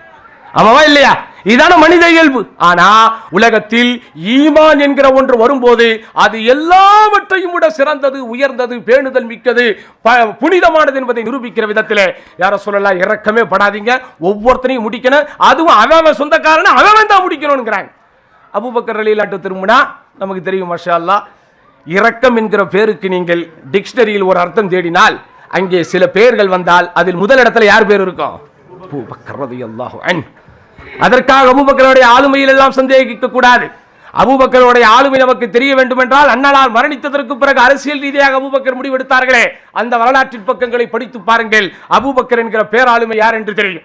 இருந்தாலும் இயற்கையின் குணமாக, இயல்பான வளமாக அல்லாஹ்வின் தூதர் ஸல்லல்லாஹு அலைஹி வஸல்லம் அவர்களுடைய நெஞ்சுக்கு நெருக்கமான அபூபக்கர் ரலியல்லாஹு அன்ஹு ரசூலுல்லாஹ் மாதிரியே நிறைய விஷயத்தில் யோசிச்சு இவங்க கிட்ட எல்லாம் நம்ம பிணை தொகை வாங்கி விட்டு விடலாம் என்கிற முடிவுக்கு வருகிறார்கள். அப்ப அது கூட முதலில் அல்லாஹ்வுடைய ஷரியத்தின் சட்டப்படி தவறாக இருந்தது, பின்னர் அல்லாஹ் மன்னித்து விட்டான். அதுல கூட ரொம்ப ஒரு உணர்ச்சி புலம்பான ஒரு சம்பவம் நடக்கும். அடுத்த நாள் உமர் ரலியல்லாஹு அன்ஹு வருவாங்க, அபூபக்கர் அவர்களும் ரசூலுல்லாஹி ஸல்லல்லாஹு அலைஹி வஸல்லம் அழுது கொண்டே இருக்கிறார்கள். எதற்காக அழுகிறீர்கள் என்று திரும்ப திரும்ப கேட்பார்கள். சில கட்டத்திலே நாம் விக்கி விக்கி அழும்போது வாயிலே வார்த்தை வராது, அவர்களால் பதிலே சொல்ல முடியாத அவர்கள் தவித்துக் கொண்டிருக்கும் போது உமர் ரலியல்லாஹு அன்ஹு கேட்கிறார்கள், யா ரசூலல்லாஹ், நீங்கள் அழுவதற்குண்டான காரணத்தை எப்படியாவது சொல்லிருங்க, அது எனக்கு அழுகையை தந்தால் அழுகிறேன், அழுகையை தராவிட்டால் உங்களுக்காக அழுவதை போலவாது நடிக்கிறேன். இப்படி ஒரு உண்மை யாராவது பேச முடியுமாங்க? இப்படி ஒரு ஃபேக்டா? இப்படி ஒரு, அதாவது இன்றைக்கு உலகமே ஃபார்மாலிட்டிங்க, உலகமே ஃபார்மாலிட்டி. கடைசியா உங்க வீட்டுக்கு சொந்தக்காரங்க எப்போ வந்தாங்கன்னு கொஞ்சம் ஒவ்வொருத்தரும் சிந்திச்சு பாருங்களேன். கடைசியா நம்ம வீட்டுக்கு நம்ம சொந்தக்காரங்க, நம்முடைய வெல்விஷர்ஸ், நம்முடைய நண்பர்கள் எப்போ வந்தாங்க என்று யோசித்து பாருங்கள். ஏன் நம்ம சொல்லுவோம், ரியாத் வந்தா எங்க வீட்டுக்கு வந்துட்டு போங்களே அப்படின்னு நீங்க என்ன சொல்லுவீங்க. இன்ஷா அல்லாஹ் வந்தா வரேன். நானும் 7-8 வருஷமா வந்துட்டு போயிட்டேன், யார் வீட்டுக்கு நான் வந்ததே கிடையாது. அப்படிதானே? அதே மாதிரி நானும் சொல்லுவேன். நீங்க அதுக்கு நான் இப்படி சொல்றேன் நினைச்சிடாதீங்க, நான் உண்மையா தான் சொல்றேன். ஏன்னா ஆசிம் பாய் அங்க இருக்கிறாரு, அவரை நான் அடிக்கடி ஜுபைலுக்கு வாங்குங்கிற தப்பா நினைச்சிடாதீங்க, நான் உண்மையா தான் சொல்றேன். ஆனா சில பேர் நீங்க ஜுபைலுக்கு வந்தா எங்க வீட்டுக்கு வாங்கல, அவசியம் வர்றேன் உங்க வீட்டுக்கும் பார். அந்த அவசியம் எப்போ வருனே தெரியாது. உலகமே ஒரு ஃபார்மாலிட்டி. நல்லா இருக்கீங்களான்னு கேட்டா நம்ம நாசமா போனாலும் என்னதான் சொல்லி ஆகணும், நல்லா இருக்கேன்னு தான் சொல்லி ஆகணும். அப்படிதானே? வேலையில பிரச்சனை, இக்காமா பிரச்சனை, இன்சூரன்ஸ்ல பிரச்சனை, கஃபீலு பிரச்சனை, இப்படி பல பிரச்சனைகள் என்னை சுற்றி சுற்றி 4 திசைகளில் அல்ல என் திசைகளிலும் என்னை எதிர்த்து எதிர்த்து அடித்தாலும் எட்டி எட்டி உதைத்தாலும் யாராவது என்ன நல்லா இருக்கீங்களான்னு கேட்டா நல்லா இருக்கேன், சாப்பிடுறீங்களா அப்படின்னு கேட்டா சாப்பிடுறேன் அப்படி சொல்லுவோமா? ஆமான்னு சொல்லிடுவீங்களா? அப்படிலாம் சொல்ற ஒரு சூழல்ல நம்ம இல்லைங்க. அதெல்லாம் அந்த சஹாபாக்களோடு முடிஞ்சிடுச்சு. அப்படிதானே? அல்லாஹ்வின் தூதர் ஸல்லல்லாஹு அலைஹி வஸல்லம் சபையில ஒருவர் எழுந்து நின்று அல்லாஹ்வின் தூதரே எனக்கு பசிக்கிறது, சாப்பாடு தாருங்கள் என்று கேட்க ஒரு ஸ்பேஸை, ஒரு இடைவெளியை அந்த சமூகம் அன்றைக்கு தோழர்களுக்கு கொடுத்திருந்தது. இப்படிப்பட்ட ஒரு இடைவெளியை நான் இன்றைக்கு என் உடன் பிறந்த சகோதரனுக்கு கூட கொடுப்பதில்லை. அதுதான் ஃபேக்ட். நம்ம நம்பினாலும் நம்பாட்டாலும் அதுதான் உண்மை. ஒரு ஃபார்மாலிட்டிக்காக வாழ்ந்து கொண்டிருக்கிறோம். ஆனால் உமர் இப்னு கத்தாப் அவர்களை பற்றி வரலாற்று ஆசிரியர்கள் எழுதுவார்கள், இன் கால நாம், எப்படி இன் கால நாம் யகூலு நாம் பிஃபீஹி, இன் கால லா யகூலு லா பிஃபீஹி. அப்படின்னா அவர் ஆமாம் என்று ஒரு விஷயத்திற்கு சொன்னால் அதில் ஆமாம் என்கிற பதிலை தாண்டி எதுவுமே இருக்காது. இல்லை என்று ஒரு விஷயத்திற்கு சொல்லிவிட்டால் அதில் இல்லை என்கிற பதிலை தாண்டி எதுவுமே இருக்காது. ஆனா இன்னைக்கு அப்படி கிடையாது. ஹஸ்ரத்திடத்திலே ஒரு விஷயத்தை நீங்கள் பேசுகிறீர்கள், முதலில் அவர் இல்லை என்று சொல்லிவிடுவார். ஆனால் நான் நினைத்தால் அவரை கன்வின்ஸ் பண்ணிடலாம், அல்லது இன்னொரு மௌலவி நினைச்சா அவரை கன்வின்ஸ் பண்ணிடலாம். சரி, ஓகே, போட்டிக்கு இதுதான் நீங்க பேர் கொடுக்கிற டேட்னு கொடுத்துருக்கீங்க, இருந்தாலும் பரவாயில்ல, அவர் நம்முடைய மூத்த முத்தாவின்னு ரொம்ப வருஷமா நம்ம தாவா சென்டருக்கு வராரு, அதனால அவர் இன்னொரு நாள் போட்டு விடுங்கன்னா அவர் என்ன செய்வாரு? நான் இல்லைன்னு சொல்லிட்டேன், இல்லதான் அப்படின்னு சொல்லுவாரா? நிச்சயமாக சொல்ல மாட்டார். ஆனால் உமர் இப்னு கத்தாபும் அவரை போன்றவர்களும் அப்படி இல்லை. ஆமாம் என்று சொன்னால் அங்க என்ன மட்டும்தான்? ஆமா மட்டும்தான். இல்லை என்று சொன்னால் இல்லை மட்டும்தான். அப்படிப்பட்ட உமர் ரலியல்லாஹு சொன்னாங்க, யா ரசூலல்லாஹ், நீங்கள் அழுவதற்குண்டான காரணத்தை சொல்லுங்கள், அது உண்மையிலேயே எனக்கு அழுகையை தந்தால் அழுகிறேன், இல்லண்டா உங்களுக்காக வேணா அழுகுற மாதிரி நடிக்கிறேன். இப்படி சொன்னவர் சகோதரர்கள் உமர் இப்னு கத்தாப். சரி, விஷயத்துக்கு வாங்க. அப்ப அந்த 70 கைதிகள் வரும்போது யாரு பேசினாலும் அல்லாஹ்வுடைய தூதர் ஸல்லல்லாஹு அலைஹி வஸல்லம் அங்கே ஏற்றுக்கொள்ள மாட்டேன் என்கிற முடிவில் இருந்தார்கள். ஆனால் அங்கே அத்துடைய பேருக்கு முன்னாலும் அல்லாஹ்வின் தூதர் ஸல்லல்லாஹு அலைஹி வஸல்லம் அவர்கள் அறிவித்த பொது அறிவிப்பு என்ன தெரியுமா? லவ் கானல் முத்இம் இப்னு உதை ஹய்யன் ثم كلمني في هؤلاء النتنا لتركتهم له. முத்இம் இப்னு அதி மட்டும் இப்போது உயிரோடு இருந்து இந்த நாற்றம் பிடித்தவர்களுக்காக என்னிடத்திலே பேசினால், அவர் பேசினால் நான் விட்டு கொடுப்பேன். ஏன்? அல்லாஹ்வுடைய தூதர் ஸல்லல்லாஹு அலைஹி வஸல்லம் தாயிஃபிலே அடி வாங்கி வந்த கதை உங்களுக்கு தெரியும் தானே? அல்லாஹ்வின் தூதர் ஸல்லல்லாஹு அலைஹி வஸல்லம் அவர்களும் அவர்களுடைய, அதாவது யாரு, வளர்ப்பு மகன் என்று சொல்வது சரியான பொருத்தம் இல்லாத ஒரு வார்த்தை, கதீஜா ரலியல்லாஹு அன்ஹா அவர்கள் மூலம் வழங்கப்பட்ட செய்தி இப்னு ஹாரிஸா ரலியல்லாஹு அன்ஹு அவர்களும் அடி வாங்கி உதை வாங்கி ரத்தம் சொட்ட மீண்டும் மக்காவிற்குள் நுழையும் போது எல்லோரும் எதிரியாக பார்த்தபோது யாருமே அல்லாஹ்வின் தூதருக்காக வாய் திறந்து பேச முடியாத ஒரு சூழ்நிலை இருக்கும்போது இந்த முத்இம் இப்னு அதி தான் தைரியமாக சொன்னார், இந்த முஹம்மதிற்கு இப்போது நான் ஆதரவு கொடுத்திருக்கிறேன், இந்த முஹம்மதிற்கு இப்போது நான் ஆரைக்களம் கொடுத்திருக்கிறேன், ஆதலால் இவர் மீது யாராவது கை வைத்தால் அது என் மீது கை வைத்ததற்கு சமம் என்று அபூஜஹலுக்கு முன்னாலேயே போய் உரைத்தவர் முத்இம் இப்னு அதி. ஆனா அவர் மௌத்தா போயிட்டார். அப்போ ரசூலுல்லாஹி ஸல்லல்லாஹு அலைஹி வஸல்லம் சொன்னாங்க, அந்த முத்இம் மட்டும் இப்போது உயிரோடு இருந்து என்னிடத்திலே பேசினால் அவர்களுக்காக நான் இவர்களை விட்டுக் கொடுப்பேன் என்று சொல்லி நன்றி மறவாத நல்ல குணத்தை அங்கே வெளிப்படுத்தினார்கள். சகோதரர்களே, இப்படி தோண்ட புரட்ட எப்படி நன்மைகள் மட்டுமே அல்லது பாடங்களையும் படிப்பினைகளையும் மட்டுமே சொல்லிக் கொண்டிருக்கக்கூடிய ஒரு மிகப்பெரிய ஒரு விஷயங்களாக இந்த பத்ர் போர் இருந்தது. இறுதியாக ஒரே ஒரு பாடத்தை மட்டும் சொல்லி நான் முடித்துக் கொள்கிறேன். இந்த பத்ர் போரில் சகோதரர்களே இன்னும் ஒரு ஆச்சரியத்தை தந்த ஒரு நிகழ்வு என்ன? அல்லாஹ்வின் தூதர் ஸல்லல்லாஹு அலைஹி வஸல்லம் அவர்கள் ஆகச் சிறந்த ஆளுமையாக, ஆகப் பெரும் ஆளுமையாக, உலகமே உற்று நோக்குகிற ஒரு மாபெரும் சக்தியாக, வல்லரசுகள் எல்லாம் ஆச்சரியத்தோடு பார்க்கிற அளவிற்கு ஒரு ஆச்சரிய தலைமையாக ரசூலுல்லாஹி ஸல்லல்லாஹு அலைஹி வஸல்லம் அவர்கள் உருவெடுத்தாலும் ரசூலுல்லாஹி ஸல்லல்லாஹு அலைஹி வஸல்லம் சில நிகழ்வுகள், சில சம்பவங்கள், அன்றைக்கு அவர்கள் எடுத்த சில முடிவுகள் உள்ளபடியே ஆச்சரியத்தை சந்தது. சகோதரர்களே, அதிலே ரொம்ப முக்கியமானது என்ன அப்படின்னு சொன்னா, ஹுதைஃபத் இப்னுல் யமான் ரலியல்லாஹு அன்ஹு அவர்கள் வந்து கொண்டிருக்கிறார்கள். எப்படி? ஹுதைஃபத்துல் யமான் ரலியல்லாஹு அன்ஹு அவர்கள் தன்னுடைய குடும்பத்தோடு அல்லது தந்தையோடு வந்து கொண்டிருக்கிறார்கள். எங்கிருந்து? மதீனாவிலிருந்து வந்து கொண்டிருக்கிறார்கள். அவர்கள் எல்லாம் பலவீனப்படுத்தப்பட்டவர்களுடைய பட்டியலிலே இருந்து பின்னால் மாஷா அல்லாஹ் மதீனாவிற்கு வரக்கூடிய ஒரு சூழல் அவர்களுக்கு வந்தது. வரும்போது குறைஷிகள் அவர்களை பிடித்து விடுகிறார்கள். பிடித்து விடும்போது நீங்கள் எங்கே செல்கிறீர்கள், எங்கே நீங்கள் முன்னோக்குகிறீர்கள் என்று கேட்டபோது அவர்கள் உண்மையை சொல்கிறார்கள், நாங்கள் முஹம்மதை சந்திப்பதற்காக போகிறோம். அப்போது அந்த குறைஷிகள் அவர்களிடத்தில் சொல்லுகிறார்கள், நாங்களும் முஹம்மதை சந்திப்பதற்கு யுத்தத்திற்காகத்தான் போய் கொண்டிருக்கிறோம், நீ யுத்தத்திலே கலந்து கொள்வதாக இருந்தால் உன்னை நாங்கள் விடமாட்டோம், வெறுமனே முஹம்மதோடு மாத்திரம் நீ முஸ்லிமாக சேருவதாக இருந்தால் உன்னை விடுகிறோம், என்ன சொல்றேன்னு கேட்கிறாங்க. அவர்களுக்கு அன்றைய நேரத்தில் யுத்தத்திலே கலந்து கொள்வதை விட முஸ்லிமாக முஹம்மது நபியோடு சேர்ந்து வாழ்வதுதான் முக்கியமான ஒரு விஷயம் என்பதனால், இல்லை நான் போர்க்களத்திலே கலந்து கொள்ள மாட்டேன், நான் முஹம்மது ஸல்லல்லாஹு அலைஹி வஸல்லம் அவர்களை சந்திப்பதற்காகத்தான் போகிறேன் என்று சொன்னபோது அந்த குறைஷிகள் என்ன செஞ்சாங்க, இந்த ஹுதைஃபத்துல் யமான் ரலியல்லாஹு அன்ஹு அவர்களையும் அவர்களோடு வந்தவரையும் விட்டு விடுகிறார்கள். நேரா ரசூல் ஸல்லல்லாஹு அலைஹி வஸல்லம் வந்த உடனே அவர் உண்மையை சொல்கிறார். யா ரசூலல்லாஹ், இது போன்று நான் வந்தேன், வரும் வழியில் எதிரிகள் எங்களை பிடித்தார்கள், பிடித்துக் கொண்டு எங்கே செல்கிறேன் என்று கேட்டார்கள். நீ போருக்கு செல்லாமல் முகமதை மாத்திரம்தான் சந்திப்பேன் என்றால் உன்னை விட்டு விடுவேன் என்றார்கள். இப்போது நான் என்ன செய்ய என்று கேட்டபோது அல்லாஹ்வின் தூதர் ஸல்லல்லாஹு அலைஹி வஸல்லம் அவர்கள் சொன்னார்கள், நஸ்தஈனுல்லாஹு அலைஹிம் வ நஃபி பிஅஹ்திஹிம். எப்படி அவர்களுக்கு எதிராக அல்லாஹ்விடத்தில் நாம் உதவி கோருவோம், ஆனால் அவர்களிடத்திலே நாம் செய்து கொண்ட ஒப்பந்தத்தை நிறைவேற்றுவோம். அதனால் நீங்கள் போரிலே கலந்து கொள்ள வேண்டாம், நீங்கள் மதீனாவிற்கு உள்ளே போய்விடுங்கள் என்கிறார்கள். எப்படியாப்பட்ட கட்டத்தில் ஒவ்வொரு வீரனுடைய எண்ணிக்கையும் தேவை என்கிற ஒரு சூழ்நிலை இருந்த போதும் அல்லாஹ்வின் தூதர் ஸல்லல்லாஹு அலைஹி வஸல்லம் வாக்கும் நாக்கும் சுத்தமாக இருந்தது. அல்லாஹ்வின் தூதர் ஸல்லல்லாஹு அலைஹி வஸல்லம் ஒப்பந்தம் நிறைவேற்றக்கூடிய தன்மை மேன்மையாக இருந்தது. இப்படி என் அன்பிற்கினிய சகோதரர்களே, குறிப்பாக இளைஞர்களே, இளம் பெண்களே, ரத்தமும் சதையுமாக நாம் முன்மாதிரியை வைத்திருக்கிறோம். ரத்தமும் சதையுமாக நமக்கு குதுவத்துன் ஹசனா, உஸ்வத்துன் ஹசனாவை வைத்திருக்கிறோம். அல்லாஹ் சும்மா சொல்லுவானா குர்ஆன்ல, லக்கது கான லக்கும் ஃபீ ரசூலில்லாஹி உஸ்வத்துன் ஹசனா, இந்த அல்லாஹ்வின் தூதரிடத்திலே உங்களுக்கு அழகிய முன்மாதிரி இருக்கிறது என்று அல்லாஹ் சுப்ஹானஹு வ தஆலா சும்மா சொல்லுவானா? இப்படிப்பட்ட முன்மாதிரியை விட்டு சினிமா நடிகர்களுக்கு பின்னால் போகலாமா? இதையும் இந்த நேரத்திலே நாம் சொல்ல வேண்டும் சகோதரர்களே. குறிப்பாக இந்தியாவிலே இருக்கிற, தமிழகத்திலே இருக்கிற ஒரு புதிய நடிகன் இன்றைக்கு ஒரு அரசியல் கட்சியை ஆரம்பித்து விட்டேன் என்கிற பேரில் என்னென்ன கூத்துக்களெல்லாம் இன்றைக்கு சமூகத்திலே நடந்து கொண்டிருக்கிறது.